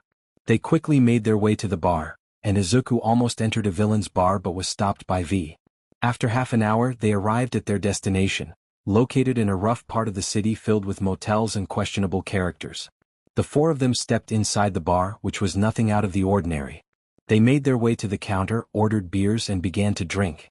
A few hours later, the atmosphere became so dull that even Izuku grew tired of drinking. He remained sober for some reason, while the others were at a different level of inebriation. V and Shinso were flirting with some girls, and Wilker was about to join them when Izuku knocked him out. Feeling frustrated, Izuku wanted to forget what he had said to Tomura, but his thoughts kept drifting back to her. The bartender approached him, noticing his troubled expression, and offered him a martini on the house, commenting that he looked like someone who had ruined a relationship. Izuku hesitated, explaining that they weren't anything serious. The bartender pressed him, asking if she wasn't important to him. Izuku admitted that it was confusing. He liked being around her, even if it was to annoy her. As he leaned against the bar, another drink was placed in front of him.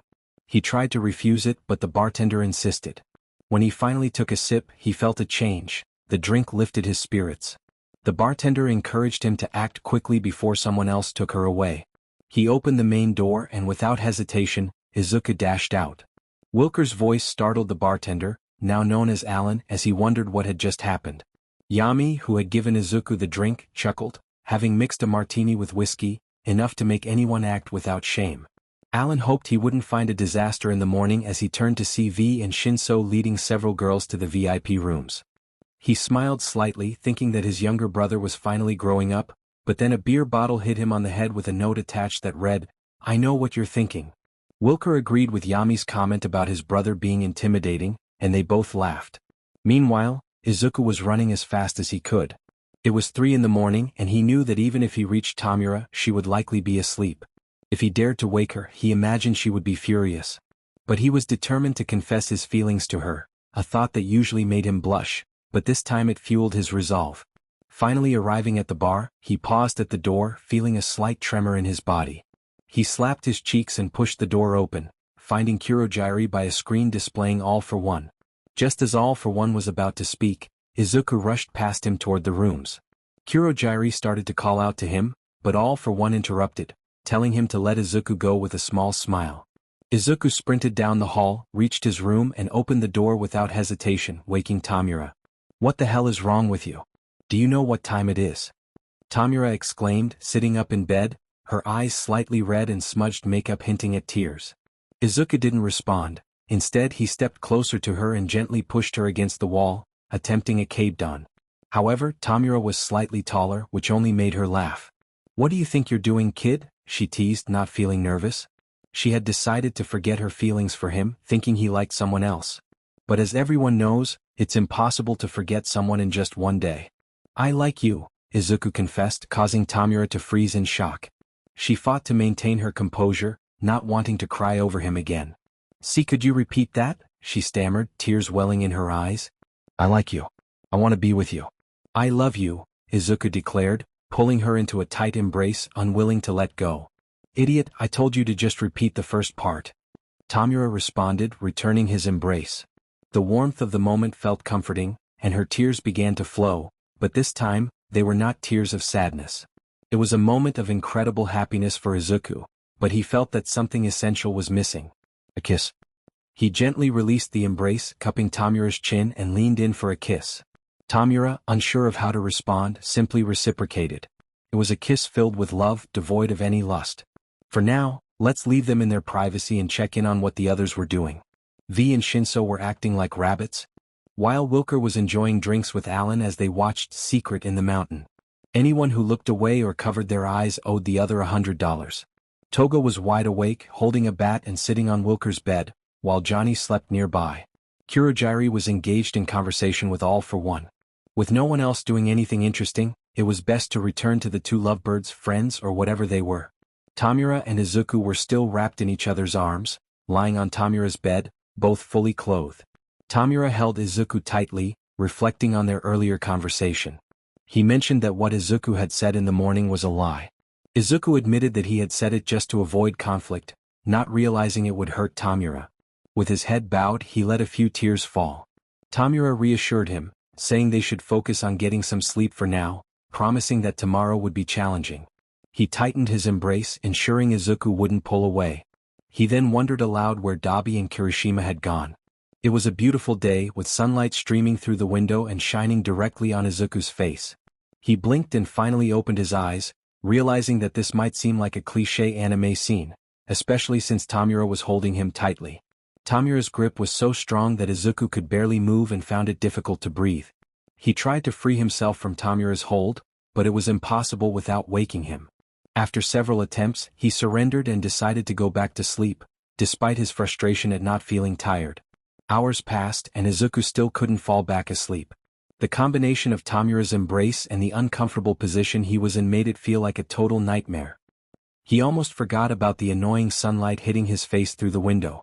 Then he remembered that Tomura always slept with the curtains closed, realizing that this was all intentional. It was past midday and Tomura still showed no signs of waking up. Izuku wanted to cry, not out of sadness, but because his eyes were starting to dry out from the sunlight. Just when he thought he might be stuck in this comfortable yet frustrating situation forever, a flash of light caught his attention. Wilker and Toga appeared, looking at him with expressions that said, "You're in trouble." Izuku looked back at them, silently pleading for help. Toga leaned in close to his ear and asked how much money he had. That question was a nightmare for him since he had nothing, sealing his fate. Weakly, he admitted that he had no money left. In that moment, he regretted not completing the missions when Dabi suggested it. Toga simply smiled mischievously and walked away toward the door. Wilker was about to follow her when Izuku called out to him, asking for help or he would tell Toga about the bar incident. Wilker's face went pale at the mention of that topic, and he quickly exited the room. Just when Izuku thought he was abandoned, Wilker burst back in, shouting and making a commotion. A few seconds later, Tomura woke up with a small yawn, released Izuku, stood up and approached Wilker, knocking him out with a single blow. He then tossed Wilker out of the room, leaving behind a parting remark that was less than kind. Izuku finally got out of bed, feeling relieved. He thought Tomura had been a bit harsh, considering Wilker had only come to say goodbye. He sighed, realizing that if someone hadn't woken him up at 3 in the morning, he would still be asleep.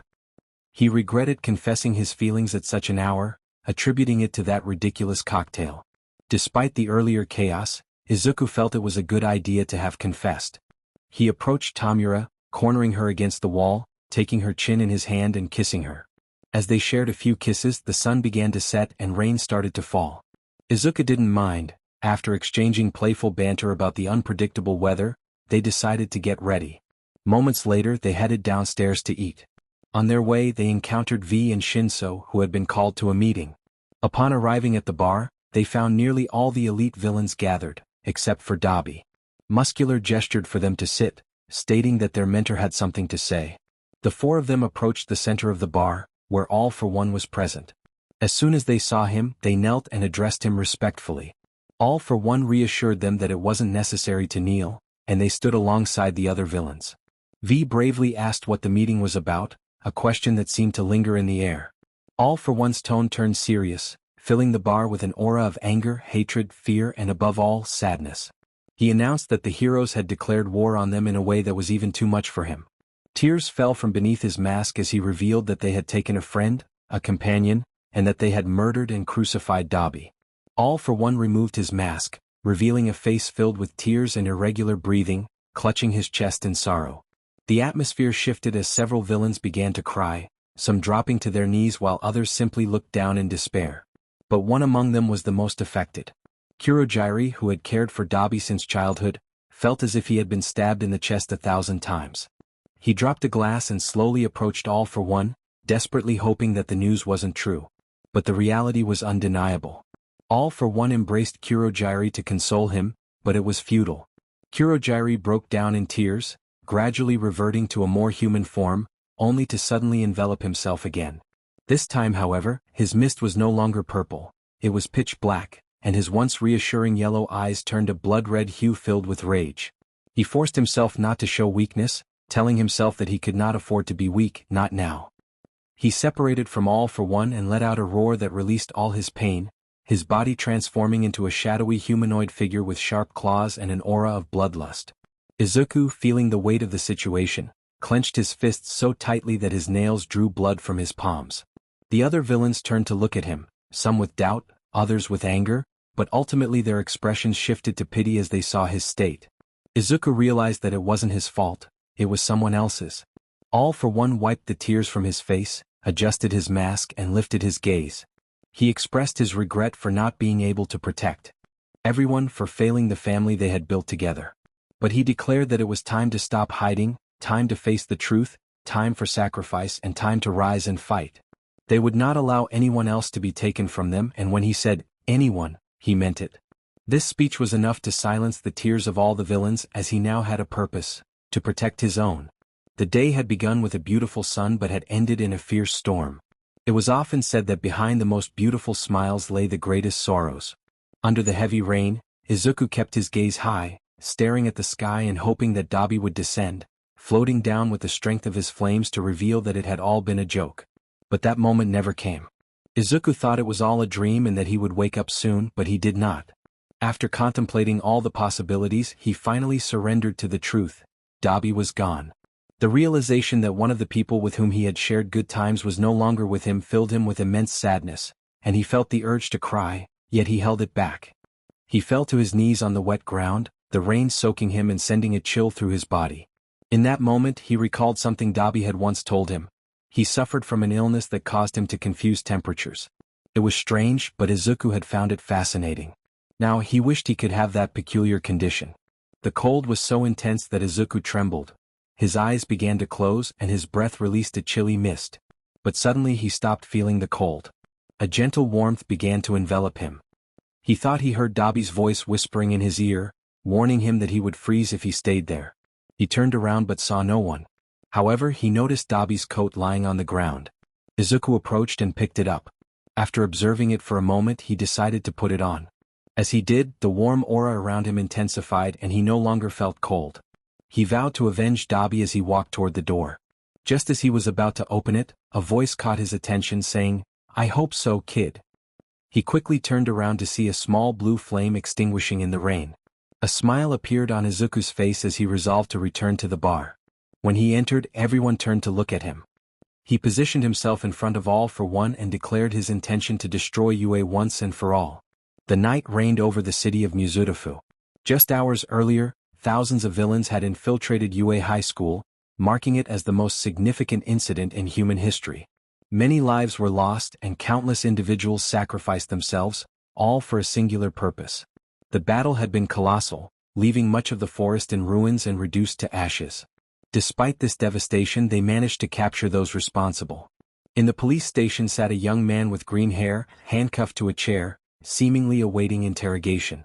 Despite the circumstances, the boy maintained a calm demeanor, accompanied by a smile that felt forced given the events of a few hours prior.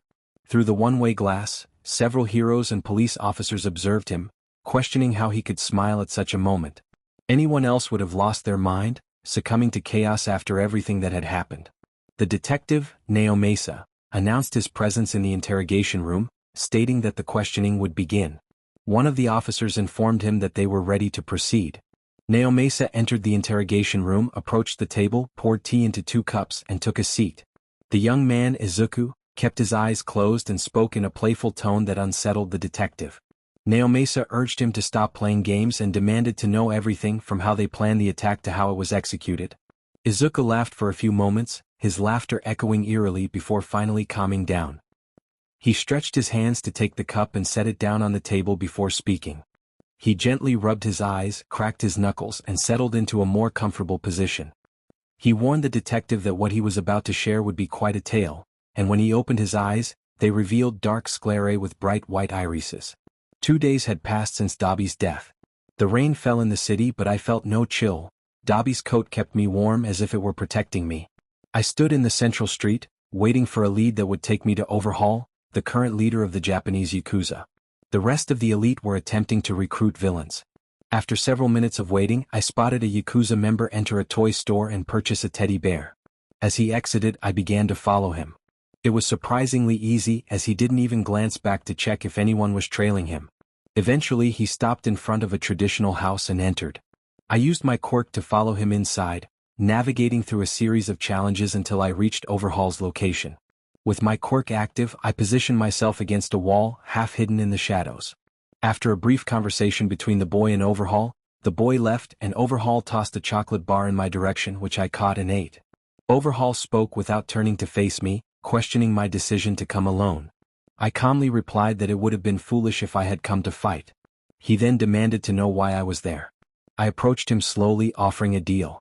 Overhaul's cold gaze met mine as he grabbed me by the neck, questioning what made me think he would give me everything I asked for. I explained that we would both gain something. He would receive all for one's full support, no matter the operation's outcome, and I would get my revenge. After a moment of contemplation, he released me and sat down, resting his chin on his hand. He found my plan interesting and asked for more details about the operation. His interest brought a smile to my face as I knew I had him hooked. For about an hour, we discussed my plan and the reasons behind my desire for vengeance. He agreed to lend us his resources, expecting to receive everything back plus a little extra. We shook hands, but something felt off. My body began to distort, and an immense pain coursed through me until I lost consciousness. When I awoke, I found myself in a decorated and furnished room. As I stood up, I noticed something felt different. I felt stronger, lighter, and even slightly taller. Approaching a mirror, I saw a transformed version of myself. Much taller, around 6 feet, with a more defined physique. What caught my attention was Dabi's coat, now fused to my body like a second skin, and 3 blades embedded in my arms. I admired my new form until Overhaul entered the room. He expressed hope that I liked the gift, explaining that the coat was more than just clothing. It was a lightweight armor. He pointed out the buttons on the collar that would allow me to remove it if needed. I inquired about the purpose of this gift, and he explained that I would need all the support for the upcoming suicide mission. He chuckled lightly and I inclined my head in respect. I informed him that I had to leave and would contact him when the time was right. Overhaul nodded and I exited, admiring the modifications to the coat. Upon leaving, I encountered several Yakuza members who bowed before me. I walked past them and stated that there was no need for such gestures, as I was just another soldier. As I headed toward the main street, I realized the blades on my coat would attract too much attention. I decided to take a detour through alleys to remain unseen. When I arrived at the bar, I found the elite gathered, all acknowledging my presence with nods, indicating they had achieved their objectives. V approached me, draping an arm around my shoulders and offering me a beer, which I declined as I moved toward Sensei. He asked how my mission had gone, and his voice sent shivers down my spine. I knew he wouldn't tolerate failure, especially not from me, as I would be the one leading the attack. I began to explain my progress. I had the entire Yakuza on our side. As I headed toward my room, Muscular's voice stopped me. He pointed at my coat, the blades, and then at me, which made me chuckle lightly. This was just a small gift from Overhaul. It was quite comfortable, and now the coat fit me perfectly. I quickly retreated, not wanting to start a discussion about a gift from the enemy. Once I reached my room, I pressed the buttons on the coat to remove it, which was quite challenging since it was snug. I collapsed onto Tomura's bed and tried to sleep. As I drifted off, I dreamed about the mission, imagining all the possibilities, how the heroes would react, who would show up, and how it would all end. But just as I began to see the outcomes, the images shifted. I slept for several hours, and when I finally woke up, it was well past 10 at night. I got up and went to the spot where I had left the coat, but it was no longer there. I called out for Tomura, asking for my coat, but there was no response. After repeating myself several times, I thought no one would answer until I heard a familiar voice. So, a little gift. You know you can't trust anyone but us, and yet you let Overhaul modify you. Wilker stepped out from the shadows looking angry, but I focused on what he held in his hands, my coat. I explained that we needed all the support possible for the Operation Zone, and Overhaul was our best ally. Using my quirk, I moved quickly toward Wilker. He didn't even notice when I dropped the coat on the ground and took it back. Zone meant blue fire, in honor of Dobby. Wilker tried to get up, but I held him down. I told him to calm down and questioned why he was so against Overhaul helping us. He muttered that he just didn't want me to be replaced by him. Wilker surrounded himself in flames, prompting me to get off him, which I did. I sighed heavily and approached the door, almost leaving without saying anything. But then I thought of a small way to get back at Wilker. I shouted that Tomura had burned the floor of his room. With that, I quickly left him there, not just for taking my coat but for doubting me. The music played continuously in the background. The protagonist found themselves in a bar, feeling slightly down but knowing they had to appear strong, at least until everything was over. It had been 3 weeks since Dobby's death, and they truly missed him.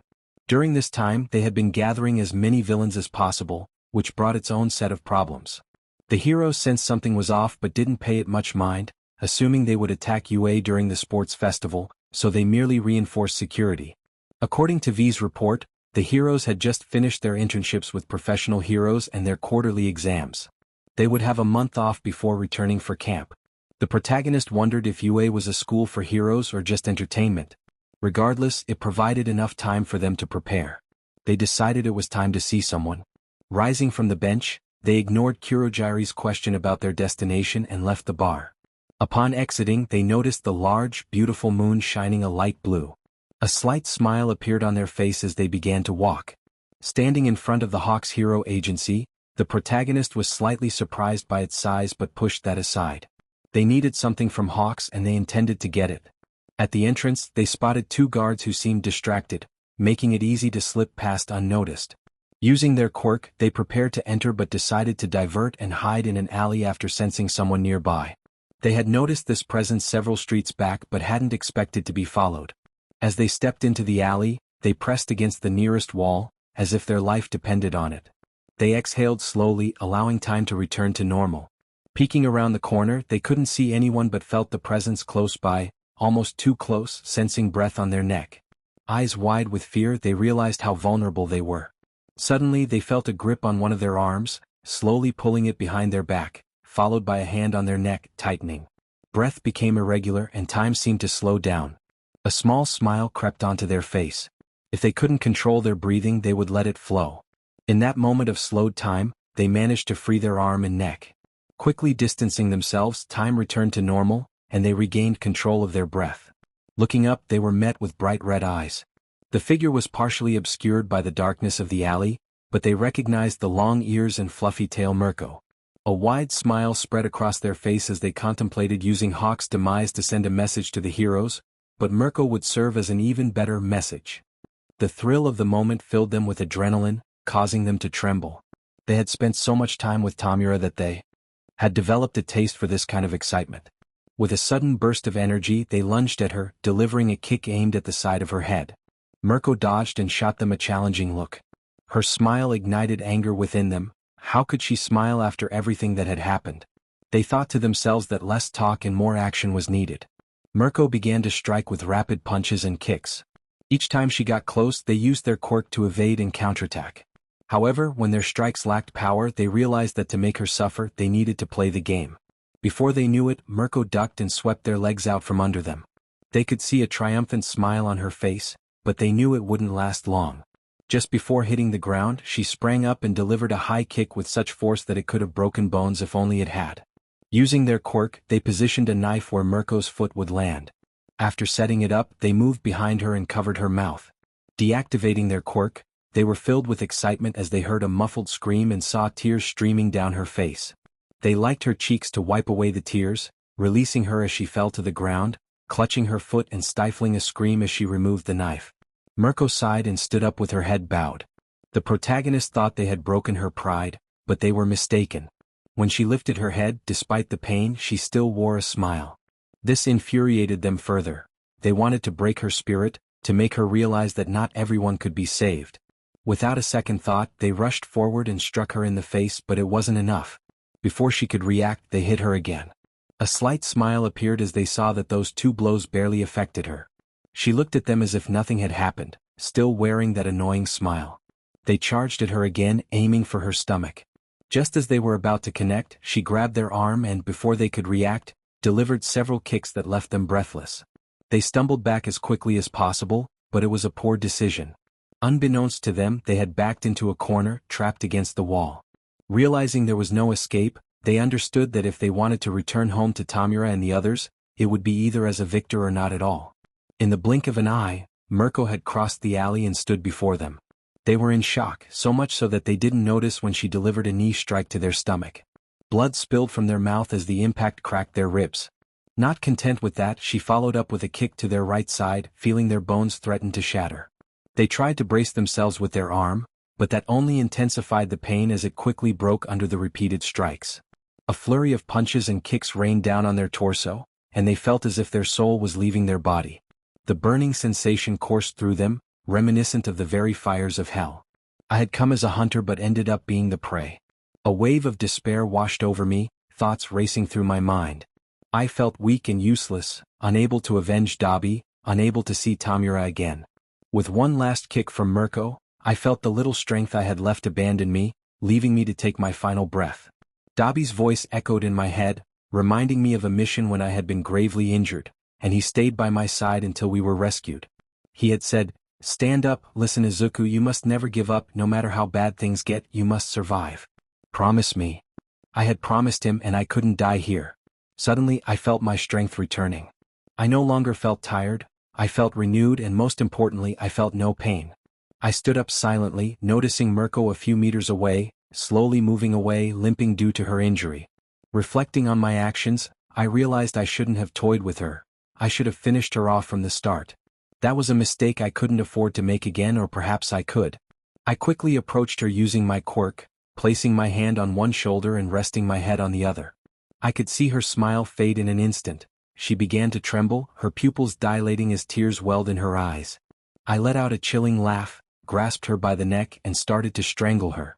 I relished watching her struggle, but ultimately, it was futile. She fell unconscious in my arms, marking a victory for me. At least, that was what I thought before I collapsed, losing consciousness myself.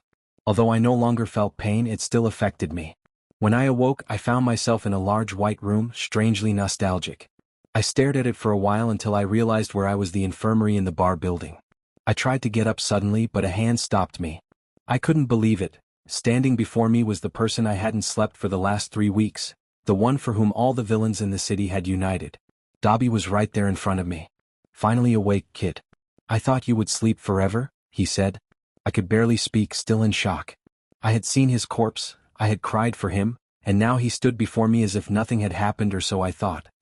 He was missing his coat, and as I was about to ask, my eyes widened in horror as I saw his skin begin to split open, forming deep cuts, blood pouring out in torrents, more than a person should have. I stumbled back, falling off the bed as he approached me slowly. I felt cornered again, tears streaming down my face. Why did you die?" I stammered. He didn't answer. Instead, he stood before me, lifted me and pushed me against the wall. Out of fear, I closed my eyes, bracing for a blow, but it never came. Instead, I felt him cover me with something. I opened my eyes to see he had placed his coat around me. I fell to my knees, crying, something I hadn't done since his death because I had promised myself I wouldn't. "You know, you shouldn't suppress your emotions. Let them flow like a river, one filled with darkness and malice," he said. I wiped my tears to look at him. He was sitting in the same chair where he had once told me about my quirk, and it was in that same chair where he had helped me choose my villain name, Dakuriba. I stood up, smiled slightly and moved closer to him, sitting by his side. We talked like never before and it felt like hours, maybe days passed, but I didn't care. I was with one of my mentors, the best of them all.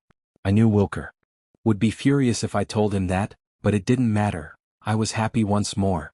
However, all happiness has an end, and mine would come when I woke up in a world where my family had been torn apart by heroes. I shook my head, not wanting to think about that at the moment. I would enjoy this conversation, and when I woke up, I would continue with my plan and finish what I started. Days passed and I knew the moment had come. During my time in this dream, the place began to disintegrate. It was finally over. The only thing left of what had been that place was a small circle where Dobby and I stood, both aware that the time of teacher and student had come to an end. We stood up and fist bumped. I moved to the edge of the circle and turned to see him one last time. Just as I was about to jump, his voice stopped me. "Don't forget the coat, it will help you a lot in the future." It was a gift from over. I turned to look at him one last time, but he was gone. Where Dobby had stood, there were only ashes, the representation of death and nothingness, because where there are ashes, there was once life, and where there was life, there was now nothing. With a wide smile, I leaped into the light, which grew brighter and blinding. Just before crossing to the other side, I heard his voice one last time. "I'll be waiting for you on the other side. Soon we will meet again, Master." I woke up in the same place but with a significant difference. The person before me was not Dobby. Tomura was asleep on my chest, her eyes red from crying. I gently stroked her hair, careful not to wake her, then stood up cautiously and made my way to the bar. As I arrived, everyone turned to look at me, their eyes wide in disbelief, but no one said a word. I ignored them and approached the bar where Kurojiri stood in his monstrous form. "What's wrong, Kuro? You look like you've seen a ghost," I said. "Izuku," he stammered. "Yes, it's me. Is something wrong? When did you wake up?" Toga stood beside me, her face showing surprise without a hint of madness. "A little while ago." "Why do you ask?" I said casually, taking a sip of water. "You've been sleeping for 2 weeks." I knew they had suspected it, but I spat out the water in shock.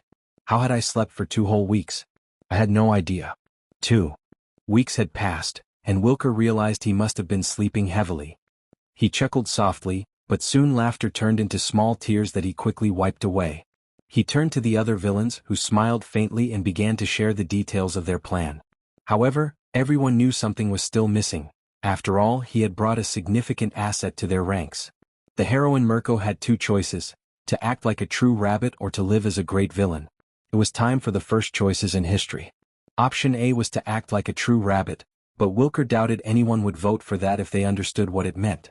Option B was to live as a great villain, which he felt didn't need further explanation. He had never expected to upload this on the same day he released the trailer. Wilker often repeated the phrase, "I'm fine, nothing's wrong," so many times that he had lost count. Even when bruises and cuts were evident, he continued to insist he was okay. There were moments when he wished to sleep and never wake up, to close his eyes and escape to that paradise, but no matter how much he wished for it, that moment never arrived. A new day had begun, another day filled with suffering and pain, all because of his own family, his parents. He sighed heavily as he got up, glanced at the clock and decided to hurry. He quickly changed into his school uniform and rushed down the stairs, heading for the door. Although he still had time for a quick breakfast, he chose to skip it to avoid seeing them. He was close to achieving his goal, but things rarely went as planned. His mother's voice called out from behind him, asking where he was going without breakfast. He froze, trembling at the sound. He didn't want to stay, so he pretended he hadn't heard her and continued on his way. She ordered him to come back and eat, but he opened the door, ignoring her calls, and finally stepped outside. With a small smile on his face, he made his way to school. On the way, he observed the other children, all smiling and accompanied by their parents. He paused for a moment to watch them and wondered what might have happened if he had been born into a different family. Perhaps he would have been happy, perhaps he wouldn't have had to fake his smile as he did now, perhaps he wouldn't have suffered. But what good was it to ask himself when he knew nothing would change, not now or ever? He slapped himself lightly and continued on his path, putting on his headphones to drown out the laughter around him. He didn't want to keep imagining a future that was impossible, one where he could smile again and feel something beyond pain and hatred. Finally, he arrived at school, looked at it for a few seconds and decided to enter. He plastered a big smile on his face and walked toward his classroom. Upon arriving, he took a deep breath, lifted his gaze and stepped inside. He greeted his friends with enthusiasm, engaging with them for a moment, even though it was all a facade. He pretended to smile and laugh, but nothing was real. It was just a game that would eventually come to an end. All he had to do was wait. He spent the entire day with them. Although he didn't particularly enjoy their company, it was better than going home to his family. But nothing lasts forever. The school day was coming to an end, and with it, the suffering would begin anew. Slowly, he made his way home, choosing an alternate route this time. He approached a small park near the school. He observed the cherry trees, arranged in such a way that they formed a beautiful corridor filled with life and color. He walked a bit until he found the shade of a tree and, like a rag doll, let himself fall against it. Breathing heavily, he leaned back and fixed his gaze on the horizon, watching the sunset. The sunset was such a beautiful event that it was impossible not to feel special witnessing it, at least for most people. But for Wilker, it was just that another sunset, something that happened daily, something ordinary without anything to make it special. When the sun finally disappeared, he stood up, checked the time, sighed, and decided it was time to go home. The journey was silent, as if everyone were observing a moment of silence for the dead. Finally he arrived home, trembling slightly as he opened the door. The smell of smoke and alcohol flooded his senses, repulsive yet something he had to endure. He quickly ascended to his room, not even thinking about eating. He just wanted to sleep and start another day. As soon as he entered his room, he tossed his backpack aside, removed his uniform and lay down on his bed, getting comfortable and closing his eyes. Several hours passed before Wilker began to wake up due to a noise. However, something caught his attention. The sound wasn't coming from his alarm clock, which read midnight. Instead, it was a persistent knocking at the door, growing louder and louder, filling the room with its intensity. The knocking continued for several minutes, and tired of it, he decided to get up and answer. He asked what they wanted, but before he could finish, he received a strong blow to the stomach, causing him to fall to his knees, clutching his abdomen, struggling to catch his breath. As Wilker heard the ominous voice, he looked up to see his parents standing before him, their smiles twisted. They grabbed him by the collar and pulled him into the room. They expressed their eagerness to play, suggesting they wanted to do more than they had last time. Wilker kept his head down, feeling a chill run down his spine at his mother's words. He swallowed hard, knowing he might not leave this place alive. The last time his parents had played with him, he barely survived, and he didn't want to experience that again. The thought of being cut repeatedly haunted him. Yet, deep down, a part of him longed for what was about to happen, believing it might finally free him from his suffering, allowing him to rest in peace. He closed his eyes, bracing himself for the torment to begin, hoping it would mark the end of his life. He saw his parents smiling, and he stood before them, locking eyes with them. A small smile appeared on his face as he stretched out his hand, a spark of power that could potentially change everything. Suddenly, the room was engulfed in flames, forming a circle around the family. His parents stared in shock, but quickly turned their attention to Wilker, the source of the fire. They called him a monster, expressing their disdain. His father seized him by the collar and struck him multiple times. Wilker tried to dodge the blows, but it was futile. Each hit landed with force. He covered his face to lessen the impact, feeling his bones break and his ribs crack under the relentless assault. His mother held him by the arms, exposing his face to deliver a harsh blow with a lamp, which shattered, leaving shards embedded in his skin. With a metal rod, they struck his legs and he felt them fracture. He struggled to stay upright, but the pain overwhelmed him, causing him to fall to his knees. As he did, his mother's knee collided with his face, causing blood to pour from his nose, making it hard for him to breathe. Just when he thought it was over, his mother injected him with adrenaline, forcibly adjusting his nose so he could breathe again. They lifted him and hurled him against a wall, the flames around him beginning to scorch his skin. With the adrenaline coursing through him, he attempted to run for the door, but a blow to the back of his neck sent him crashing to the ground in agony. He continued to drag himself forward. An unimaginable pain erupted in his leg, and he screamed as he felt a searing heat from within. Turning his head, he was horrified to see a glowing blade embedded in his leg. Tears streamed down his face as he bit his lip to suppress his cries, determined not to give them the satisfaction of hearing him scream. His father, with a crazed smile, grasped the knife and began to pull it out slowly, threatening to tear his leg apart. Wilker looked up, tears in his eyes, but was met with a burst of flames that engulfed his father's face. The pain forced his father to stumble back, clutching his burning features. His mother, filled with fury, approached Wilker and grabbed his hair, plunging several knives into his body without regard for his screams, repeating the process over and over. Finally, she buried one last knife deep in his abdomen. His vision blurred, the pain subsided, and he felt nothing, yet he remained alive. Dragging him out of the house, his mother was no longer with him. Everything had happened so quickly that he didn't even notice when he was abandoned. He felt neither cold nor warm, devoid of happiness or sadness. A profound pain lingered within him and he wondered why. He was finally going to be free, finally able to stop suffering, yet something felt incomplete. His parents were criminals, the worst kind of scum, and it seemed unfair that they continued to live while others suffered. But he felt powerless, moments away from death, believing no one would save him. Then a towering figure emerged from the darkness, standing before the dying boy and looking down at him. The figure asked if he wanted to live. Wilker was unsure how to respond. What was the point of living without purpose? Would be a waste. He realized he did have a reason. He wanted a peaceful life, free from torment, without criminals or heroes, just a perfect existence. He expressed his desire to be a hero, to rid the world of its filth. The figure promised to help him. Suddenly, its body ignited in bright red flames, lifting Wilker in a bridal carry and beginning to walk toward a place that could assist him. Wilker, filled with curiosity, asked who the figure was. The figure simply replied, leaving the boy eager to learn more. Enji Todoroki, but you can call him Endeavor, woke up suddenly as a bucket of water splashed over his head. He looked around, realizing he was in the League's bar. What happened? Izuku asked. Nothing, just a dream, he replied, rubbing his head and taking a deep breath. The atmosphere was calm, with some members celebrating the arrival of their new ally, the hero Mirko. They were intoxicated, but it was understandable. In 2 days the League would embark on their final mission to destroy UA. Knowing they might not return alive, they had to enjoy the moment. I'm heading to my room.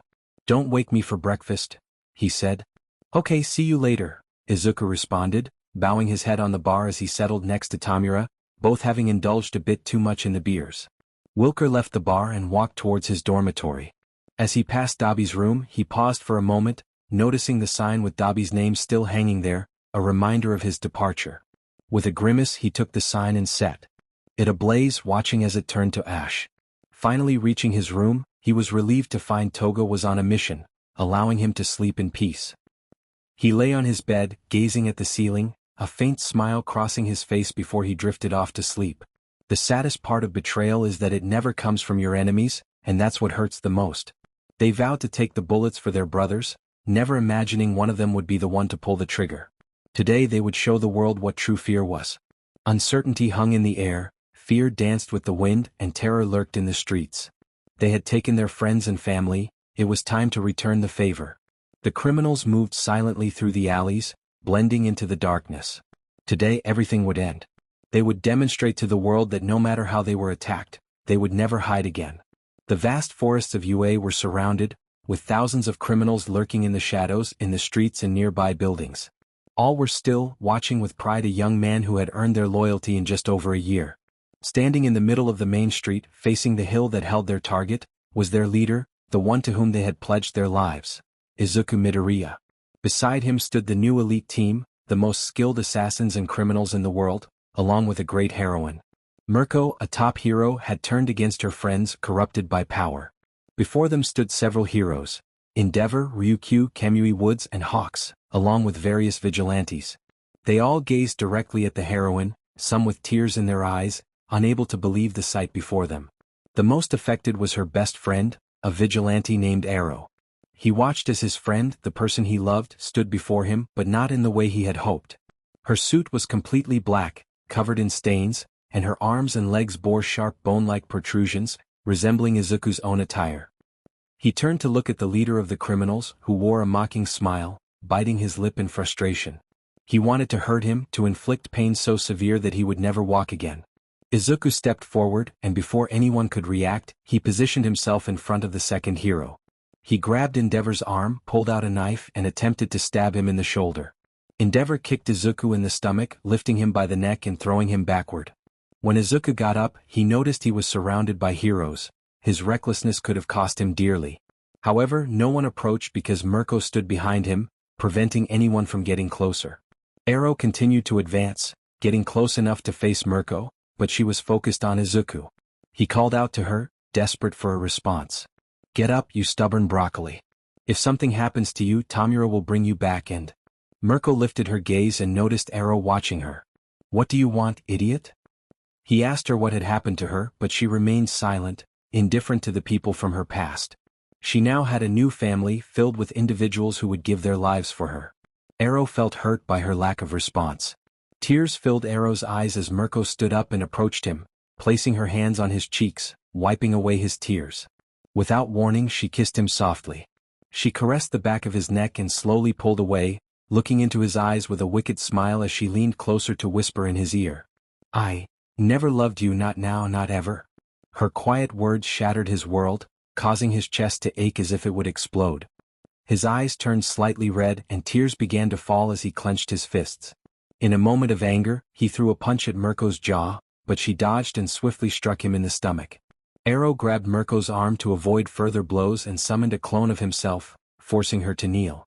Izuku reacted quickly, launching himself toward Ero, but a wall of branches blocked his path to Mirko. Demon, this is bad. Shinso, he shouted as loud as he could, dodging a few branches. Help arrived from the top of a nearby building where a dark figure stood. What's happening, boss? A massive Nomu appeared, carrying one of the best students from the hero school on its shoulder. Endeavor's eyes widened in shock, anger coursed through his veins. During his brief time as a teacher at UA, he had grown fond of the boy. He turned his gaze toward Izuku and charged at him, but a pillar of black flames blocked his way. Hey old man, your enemy is me. Wilker raised his arm and from his palm, a colossal pillar of fire erupted, towering over the surrounding buildings. With a broad smile, he lowered his arm and the pillar of fire followed suit. Endeavor clenched his fists, enveloping them in flames, and with all his might, he launched a fire blast directly at the pillar. Hey, don't ignore me. The imposing figure of the Nomu rose behind Endeavor and kicked him to the side, but it had no effect. Hey, are you strong? Strong? No, I'm not strong at all. You're very weak. Turning around with her leg engulfed in flames, she launched a kick toward Shinso. The Nomu reacted quickly, positioning itself to block the attack, but a great spiral of fire pierced its abdomen, causing Shinso to be injured. You traitorous bastard! Endeavor shouted, launching another attack, but Tomura interrupted by leaping onto his back, trying to reach his neck. The hero began to lose control, struggling with Tomura while dodging the Nomu's strikes. Frustration surged through him as his body ignited in flames. He tightened his grip on Tomura, and as he heard the pain scream, he increased the heat radiating from his body. Tomura fought to break free, unable to withstand the pain as his body slowly began to scorch. Yet she refused to perish there. Clinging tighter to Endeavor despite the agony, she reached for his collarbone, their cries of fury and rage filling the air.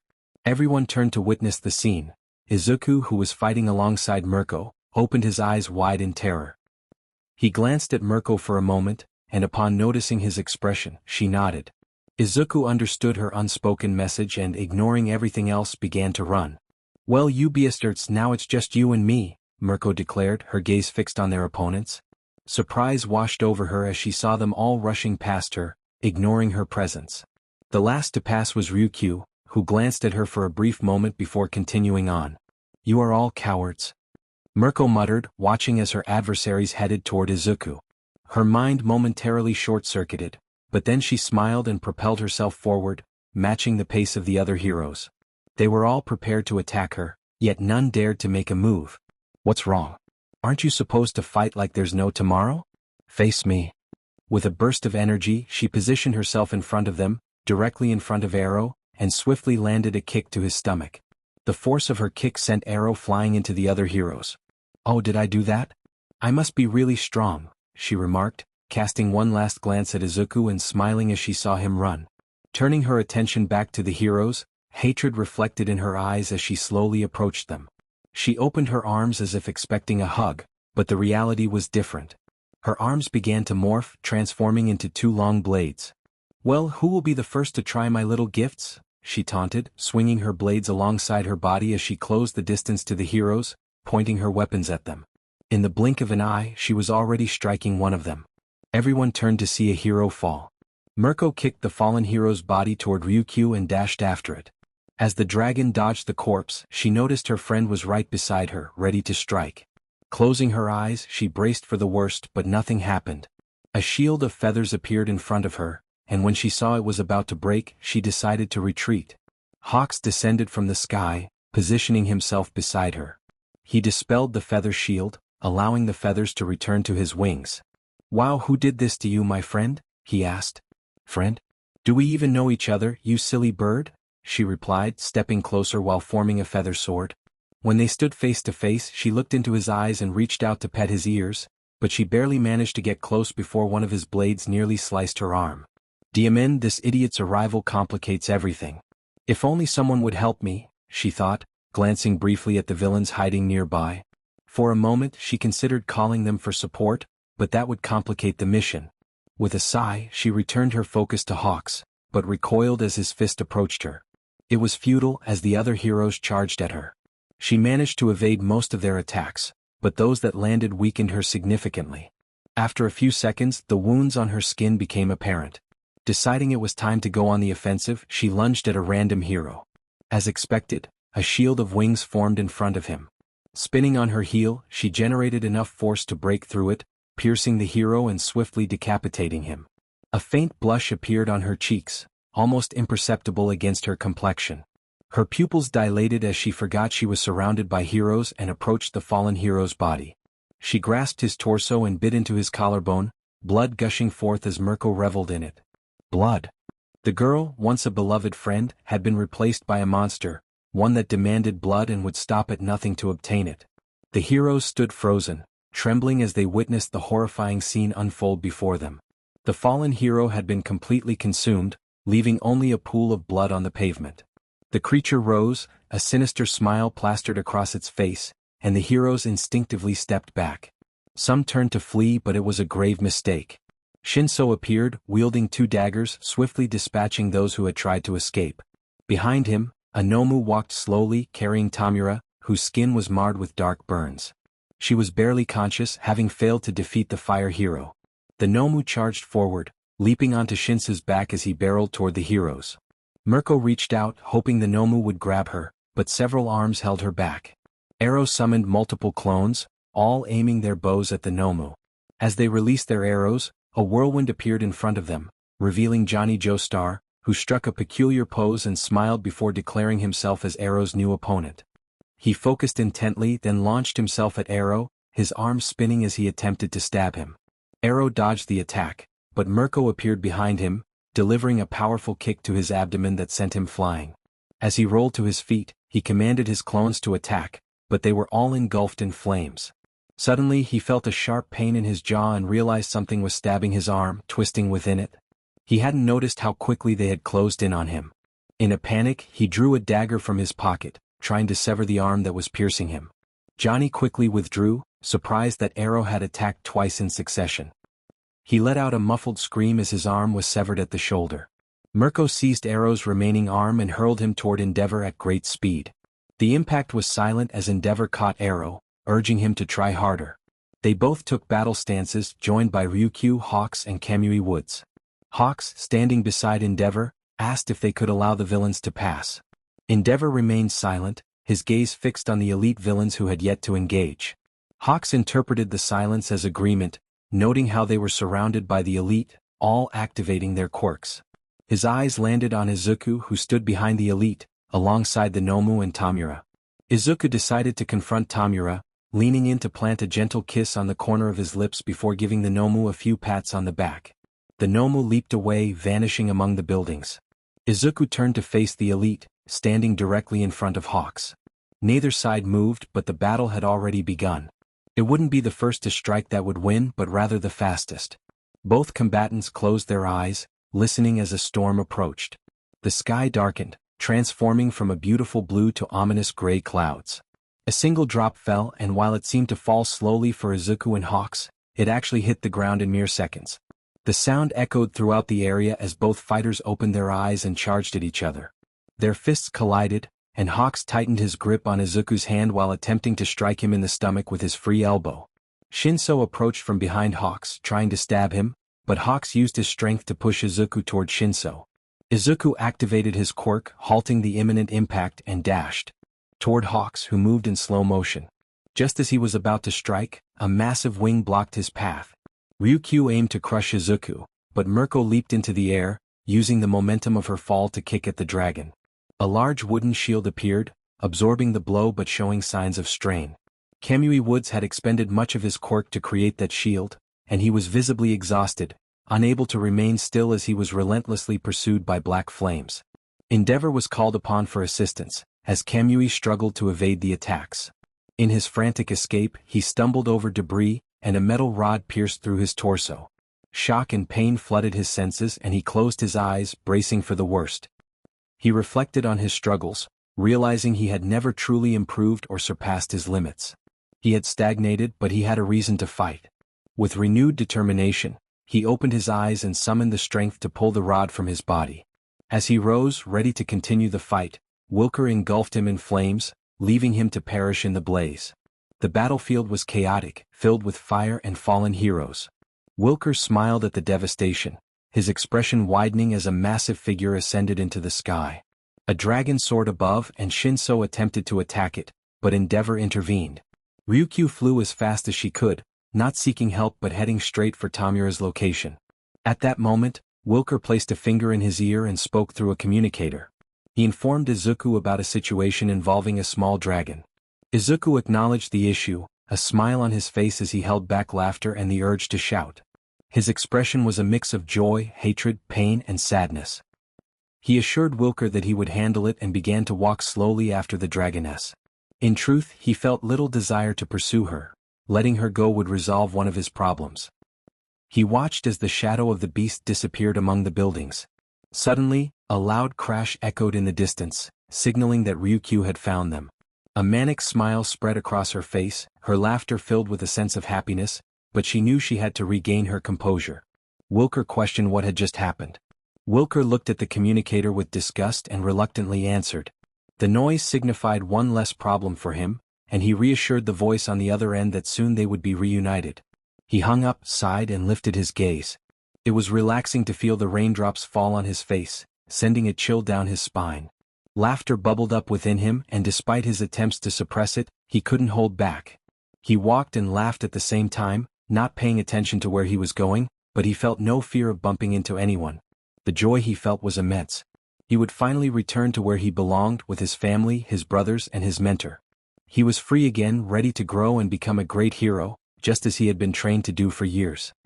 He arrived at the site of the commotion with a broad smile, devoid of any hint of psychopathy. In fact, it was a cheerful, kind, and gentle smile. The loud impact had occurred in an alleyway. He entered cautiously and heard the voice of the heroine. He rushed to her, embraced her, and clung tightly. Ryuko did not respond, nor did she return the embrace. Wilker froze, slowly lifting his gaze as tears threatened to spill from his eyes. She was not alive. Her arms were pierced by two chains made of bone, anchoring her to the sides of the alley, holding her upright. Wilker clenched his fists and wiped away the few tears that escaped.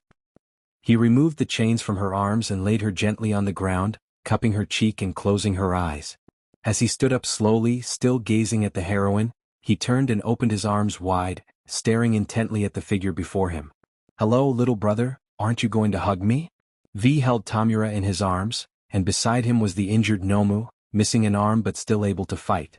"Are you betraying us? Please tell me it's not true." Silence reigned in the space between them as they locked eyes, no words needed to understand what would happen next.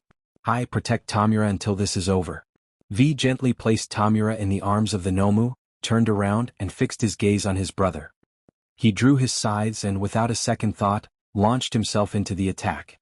His strikes were wild and uncalculated. He felt nothing but rage and anger. Why are you turning your back on us?" V shed tears, unable to believe that the person he had grown up with had just betrayed him. They were family, a family that was supposed to grow. "When you said we were family, was it a lie? Did I mean nothing to you?" Wilker silently dodged V's attacks, focusing intently on his opponent, no longer seeing family or friend, only an enemy. "When you said we would be your godparents, that we would be with you on your wedding day, that you planned to start a family with Toga. Were you lying?" A flame shot toward V's face and he barely managed to raise his sides to block the attack, which struck him almost directly. The heat burned him, the pain was immense as if his skin were melting, but he pushed through, rising again without complaint, ready for battle.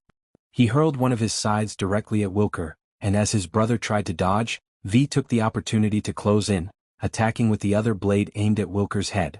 But a pillar of fire struck him in the stomach before he could get close enough, leaving him severely injured. He picked up both scythes, bloodied and crystallizing, and slowly approached Wilker. Tears streamed down his face, and when they finally stood face to face, he noticed he was not the only one crying. They both wept, but there was no time for sorrow. Their lives were at stake and it was a matter of survival. "I'm so happy to have had such an incredible and powerful little brother, but those are just useless memories right now." V swung his scythe directly at Wilker's face. When Wilker dodged, V spun around to strike with the other blade. Wilker crouched and swept V's legs out from under him, unleashing a massive fire blast that sent V tumbling several meters back, leaving him badly hurt. He rose again as if nothing had happened, gripping his scythe tightly, charging at Wilker with renewed force. He kicked, struck, and even tried to confuse his brother, but nothing worked. He couldn't land a single blow, his thoughts clouded by sorrow and anger, his emotions in control. He remembered the good times they had shared as a family, the birthdays they celebrated, and the plans they had for the future.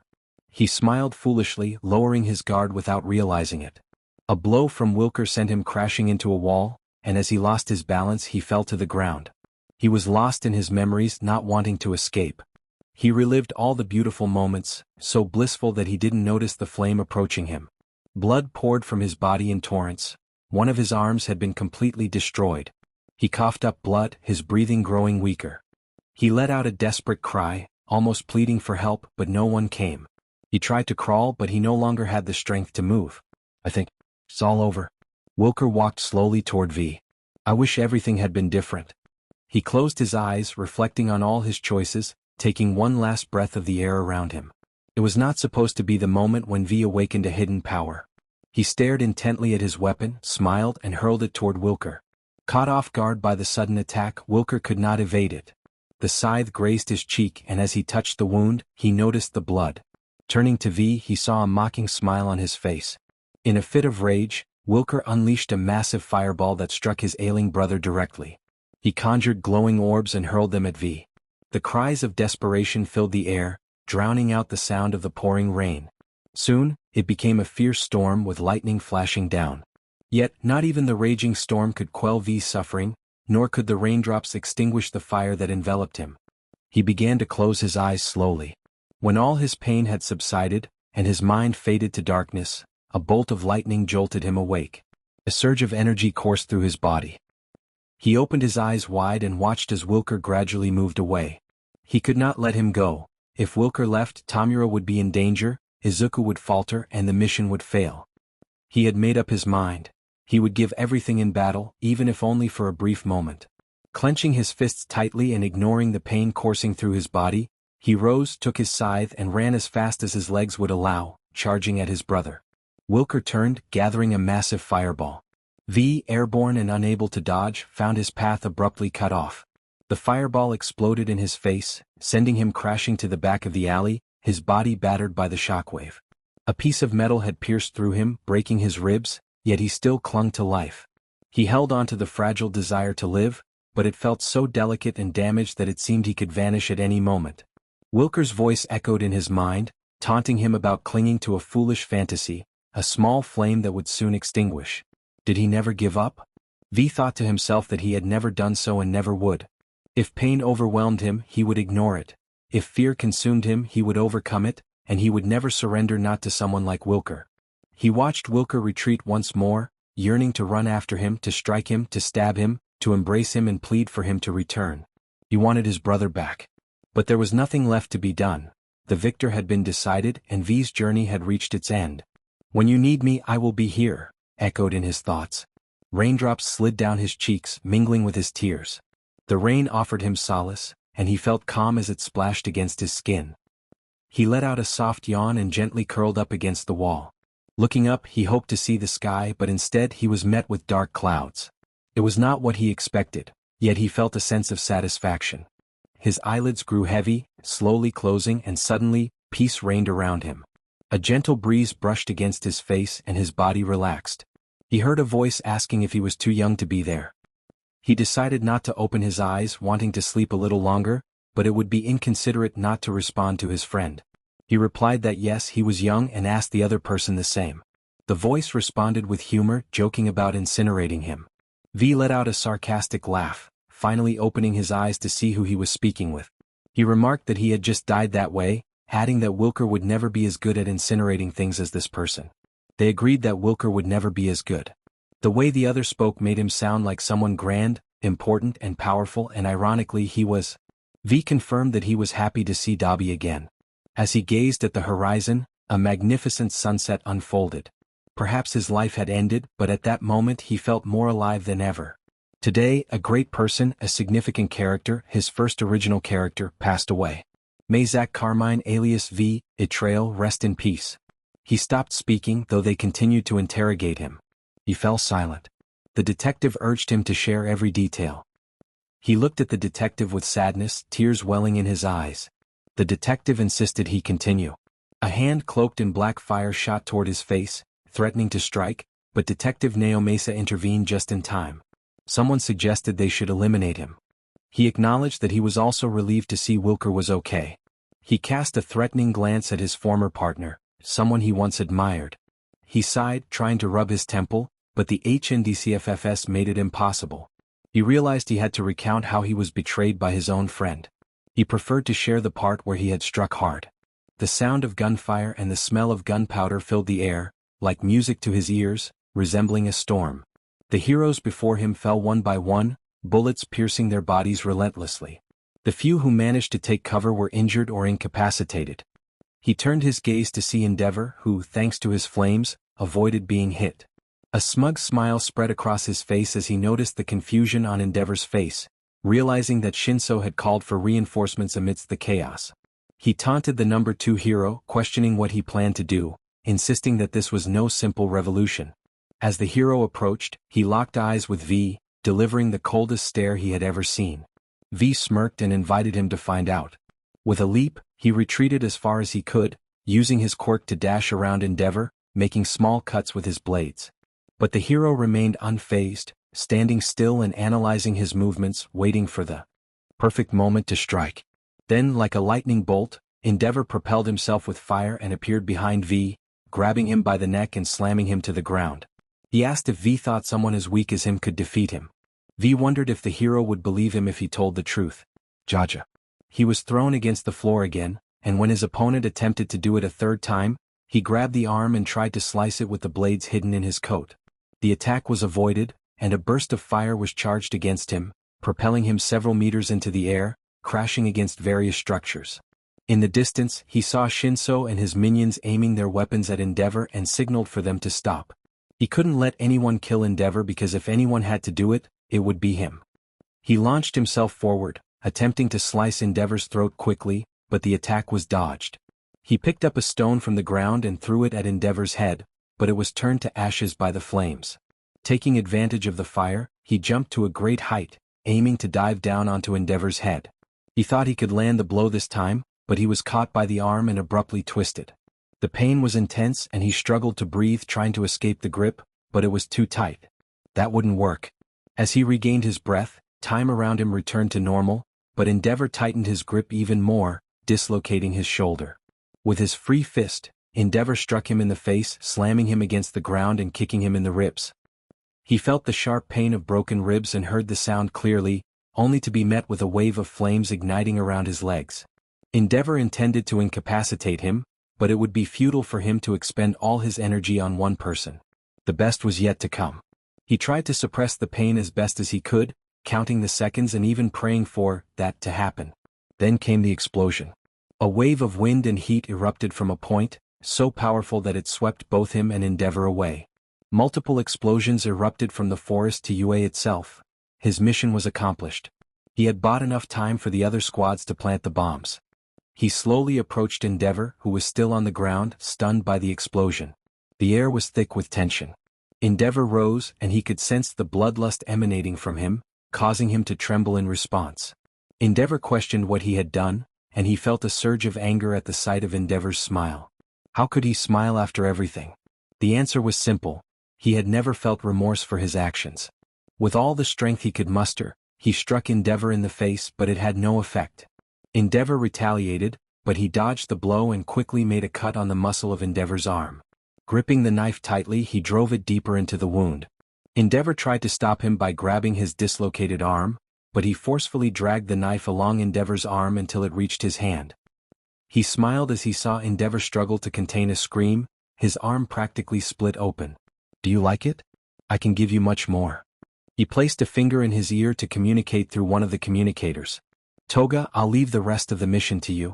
I'll handle Endeavor." "Izuku, what are you planning to do?" He lunged at Endeavor, who attempted to attack him with a burst of flame from his good arm, but he dodged and struck again at the injured one. He slashed with the knife repeatedly, taking every opportunity to attack while evading Endeavor's counterattacks. But in an instant he was propelled against a large piece of debris. A blue flame shot toward him, hitting him directly and opening several burned wounds across his torso. "Have you evolved?" Endeavor laughed coldly. He could only manage a cold stare back, having lost most of his senses in battle. The greatest damage he had inflicted was a cut on Endeavor's arm. He felt like a great disappointment, despite wanting to be the one to deliver the final act for this event.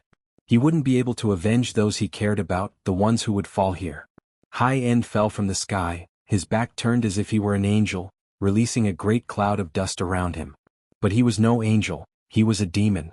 He wasn't carrying Tomura, which relieved him greatly, but that relief didn't last long. While he didn't have Tomura with him, he did have someone else. When he turned, he saw one of his friends lifeless in the arms of the Nomu. He let out a primal scream, feeling the weight of everyone's gaze upon him. The cry was so loud that it drew the attention of everyone nearby. He didn't care. He had failed his mission, his promise, their pact. "I promised. We all promised. We promised we would leave here alive. So why? Why did you die, V?" He observed V's body, burned almost entirely. It seemed the storm had managed to extinguish whatever had caused this. He gently laid V's body on the ground, closed his eyes, and whispered some final words. He took V's sides and looked at him one last time. "Die with glory, rest easy, my friend." Despite the pain coursing through him, he decided to press on, leaving behind the lifeless body of his fallen comrade and focusing on what lay ahead. He gripped the weapons of his fallen friend tightly, vowing not to let them go for even a moment. He would die alongside them if necessary. Endeavor rose slowly and approached him.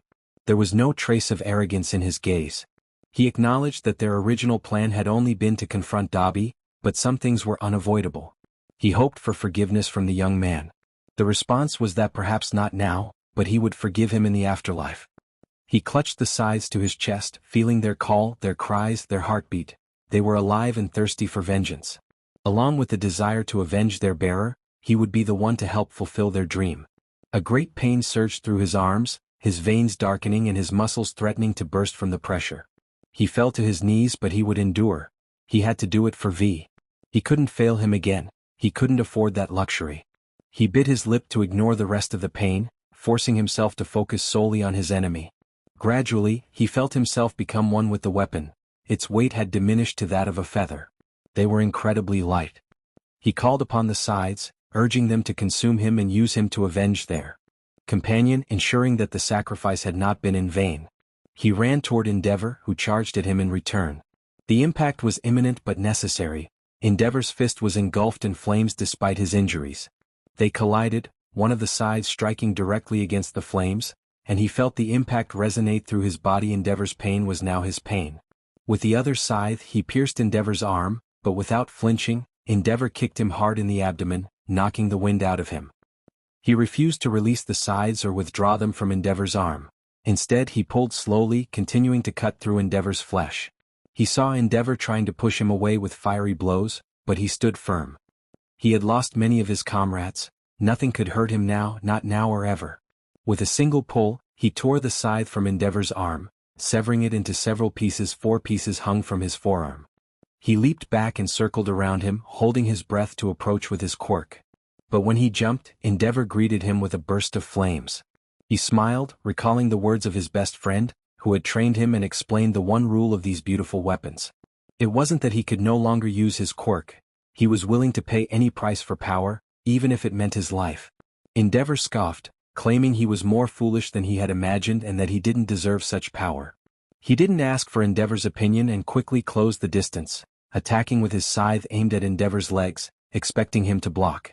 When he did, he drove the scythe into the ground and propelled himself upward, using his weight to slam Endeavor into the concrete, landing on his chest. He grabbed the nearest scythe and plunged it into Endeavor's shoulder.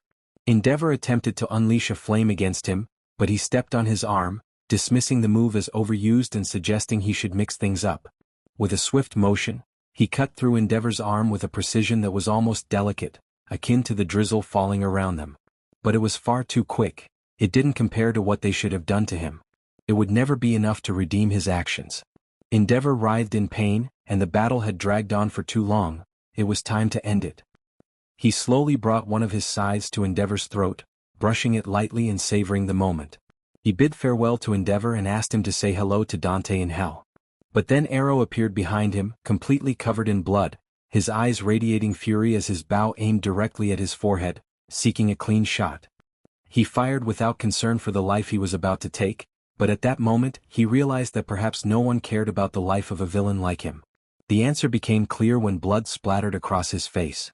He couldn't believe that these miscreants were gaining the upper hand. This was not their mission, yet they had come to support him, refusing to let him face this alone. They were not weak. He thought it was time to end this, telling his friend to dispose of the trash while he took care of Endeavor. His friend responded with a playful challenge, asking him to finish quickly and tend to his chest wound, or would he prefer to keep the arrow lodged in his abdomen? His friend smiled with pride, turned his head toward Arrow and without hesitation, launched himself at him, disappearing from view but leaving behind the sound of their struggle. He knew his friend was nearby, so he felt secure, knowing that if he needed help, it would come. He wouldn't waste time with speeches to prolong the lives of his enemies. He wouldn't repeat the mistakes of the past. Without hesitation, he approached his enemy to end his suffering, to put an end to his agony so he could rest in peace. But not everything was perfect. Every plan has its flaws no matter how well crafted, and the flaw in this plan was not considering that someone would betray them. A massive curtain of fire erupted before him, black and radiating an unbearable heat that inflicted even greater pain. A voice greeted him, asking if he could join the party. Was the traitor. 1. With love, Dark Unders. Chapter end. Something was off and Izuku felt the weight of silence. His friend, usually so vibrant, was now enveloped in a strange darkness. Izuku smiled, the familiar grin he wore when they were down and needed support. He wondered how his friend could maintain such a smile in the face of despair. Izuku looked into his eyes, which sparkled in the sunlight, eyes that once radiated trust but now flickered with something else, something darker. It's simple, his friend said. I never cared about any of this, and now that Tomura is gone, I just need to get rid of you. Izuku's heart sank. He couldn't believe what he was hearing. Was Tomura really gone? Before he could process his thoughts, High End lunged at him, trying to stop him from making a reckless move. But it was too late. In an instant, Izuku found himself with his scythe piercing through Wilker. He watched as blood spilled from Wilker's mouth, splattering across his own face. Wilker's eyes widened in shock, and Izuku could see the surprise mirrored in his own expression. Wilker attempted to speak, but Izuku silenced him, covering his mouth and slamming him down onto the pavement. Slowly, he withdrew his scythe and set it aside, kneeling on Wilker's shoulders to keep him still. Why did you do it? Why did you betray us, Wilker? Tears streamed down Izuku's face, falling onto Wilker's cheeks, but his expression remained unchanged, that same unsettling smile still plastered on his face. Why? It's simple. I was never on your side. It was all just an act, do you understand? A mere performance. Wilker laughed, the sound grating against Izuku's ears. And we all fell for it, Izuku thought bitterly. Exactly. Everyone was foolish enough to believe it, Wilker continued, his grin widening. But what about your brother? Why did you hurt him? Why did you kill him? Wilker's laughter echoed, a chilling sound that twisted in Izuku's stomach. Despite the laughter, tears streamed down Wilker's face. I had no choice. I didn't want to do it. But you did. You killed your brother. Izuku wiped the tears from his cheeks, grasped his scythe and without hesitation buried it deep. If Wilker had taken so many loved ones from him, why shouldn't he do the same? No. You wretched traitor. Are you okay, Endeavor? Respond, Endeavor. Blood sprayed around him, a vivid reminder of the chaos beautiful in its own way. Remember this, Wilker. An eye for an eye. A tooth for a tooth. You better remember it or it will haunt you for the rest of your days. Let's go, High. We still have work to do. High-End, who had swiftly switched places with Izuku to finish off Endeavor without Wilker's interference, stood up. Before leaving, he ensured their former ally, now a traitor, was incapacitated. Where are we going? To finish this once and for all. I understand. Hi, is Tomura really gone? I don't know. I see. The beginning of the end. Chapter end. On a rooftop in a city in Japan, a green-haired boy stood before a figure about to exit through a door. The boy expressed his desire to be a hero, despite lacking a quirk. He spoke with a trembling voice and tear-filled eyes, revealing his determination to help others. The hero, known as All Might, responded with a heavy heart. He explained that it was impossible to be a hero without a quirk.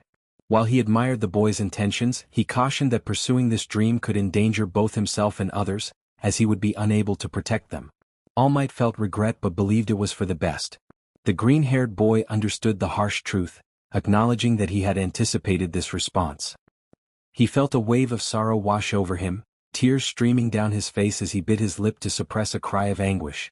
As All Might descended the stairs, he reflected on the moment when Izuku had clung to his leg. Suddenly, he realized that the villain he had been pursuing was no longer in sight. He quickened his pace, determined to find him. Izuku, meanwhile, stood at the edge of the rooftop, contemplating his next steps. He paused, considering whether he should leave farewell letters for those he cared about. Inko Midoriya's letter began with an apology, expressing that it was not her fault but his.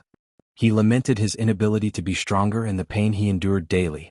He struggled to find the right words but wished for one thing: to hear her say that he could become a hero. Katsuki Bakugo's letter was filled with resentment. He admitted to feeling hatred towards Izuku. Once a loyal friend, their relationship had soured after Bakugo's quirk awakened. He expressed a desire for Izuku to suffer for the pain he had caused him, reiterating his feelings of animosity. The story concluded, leaving readers eager for more. The author hoped that the first chapter would resonate with the audience, inviting them to engage with the narrative.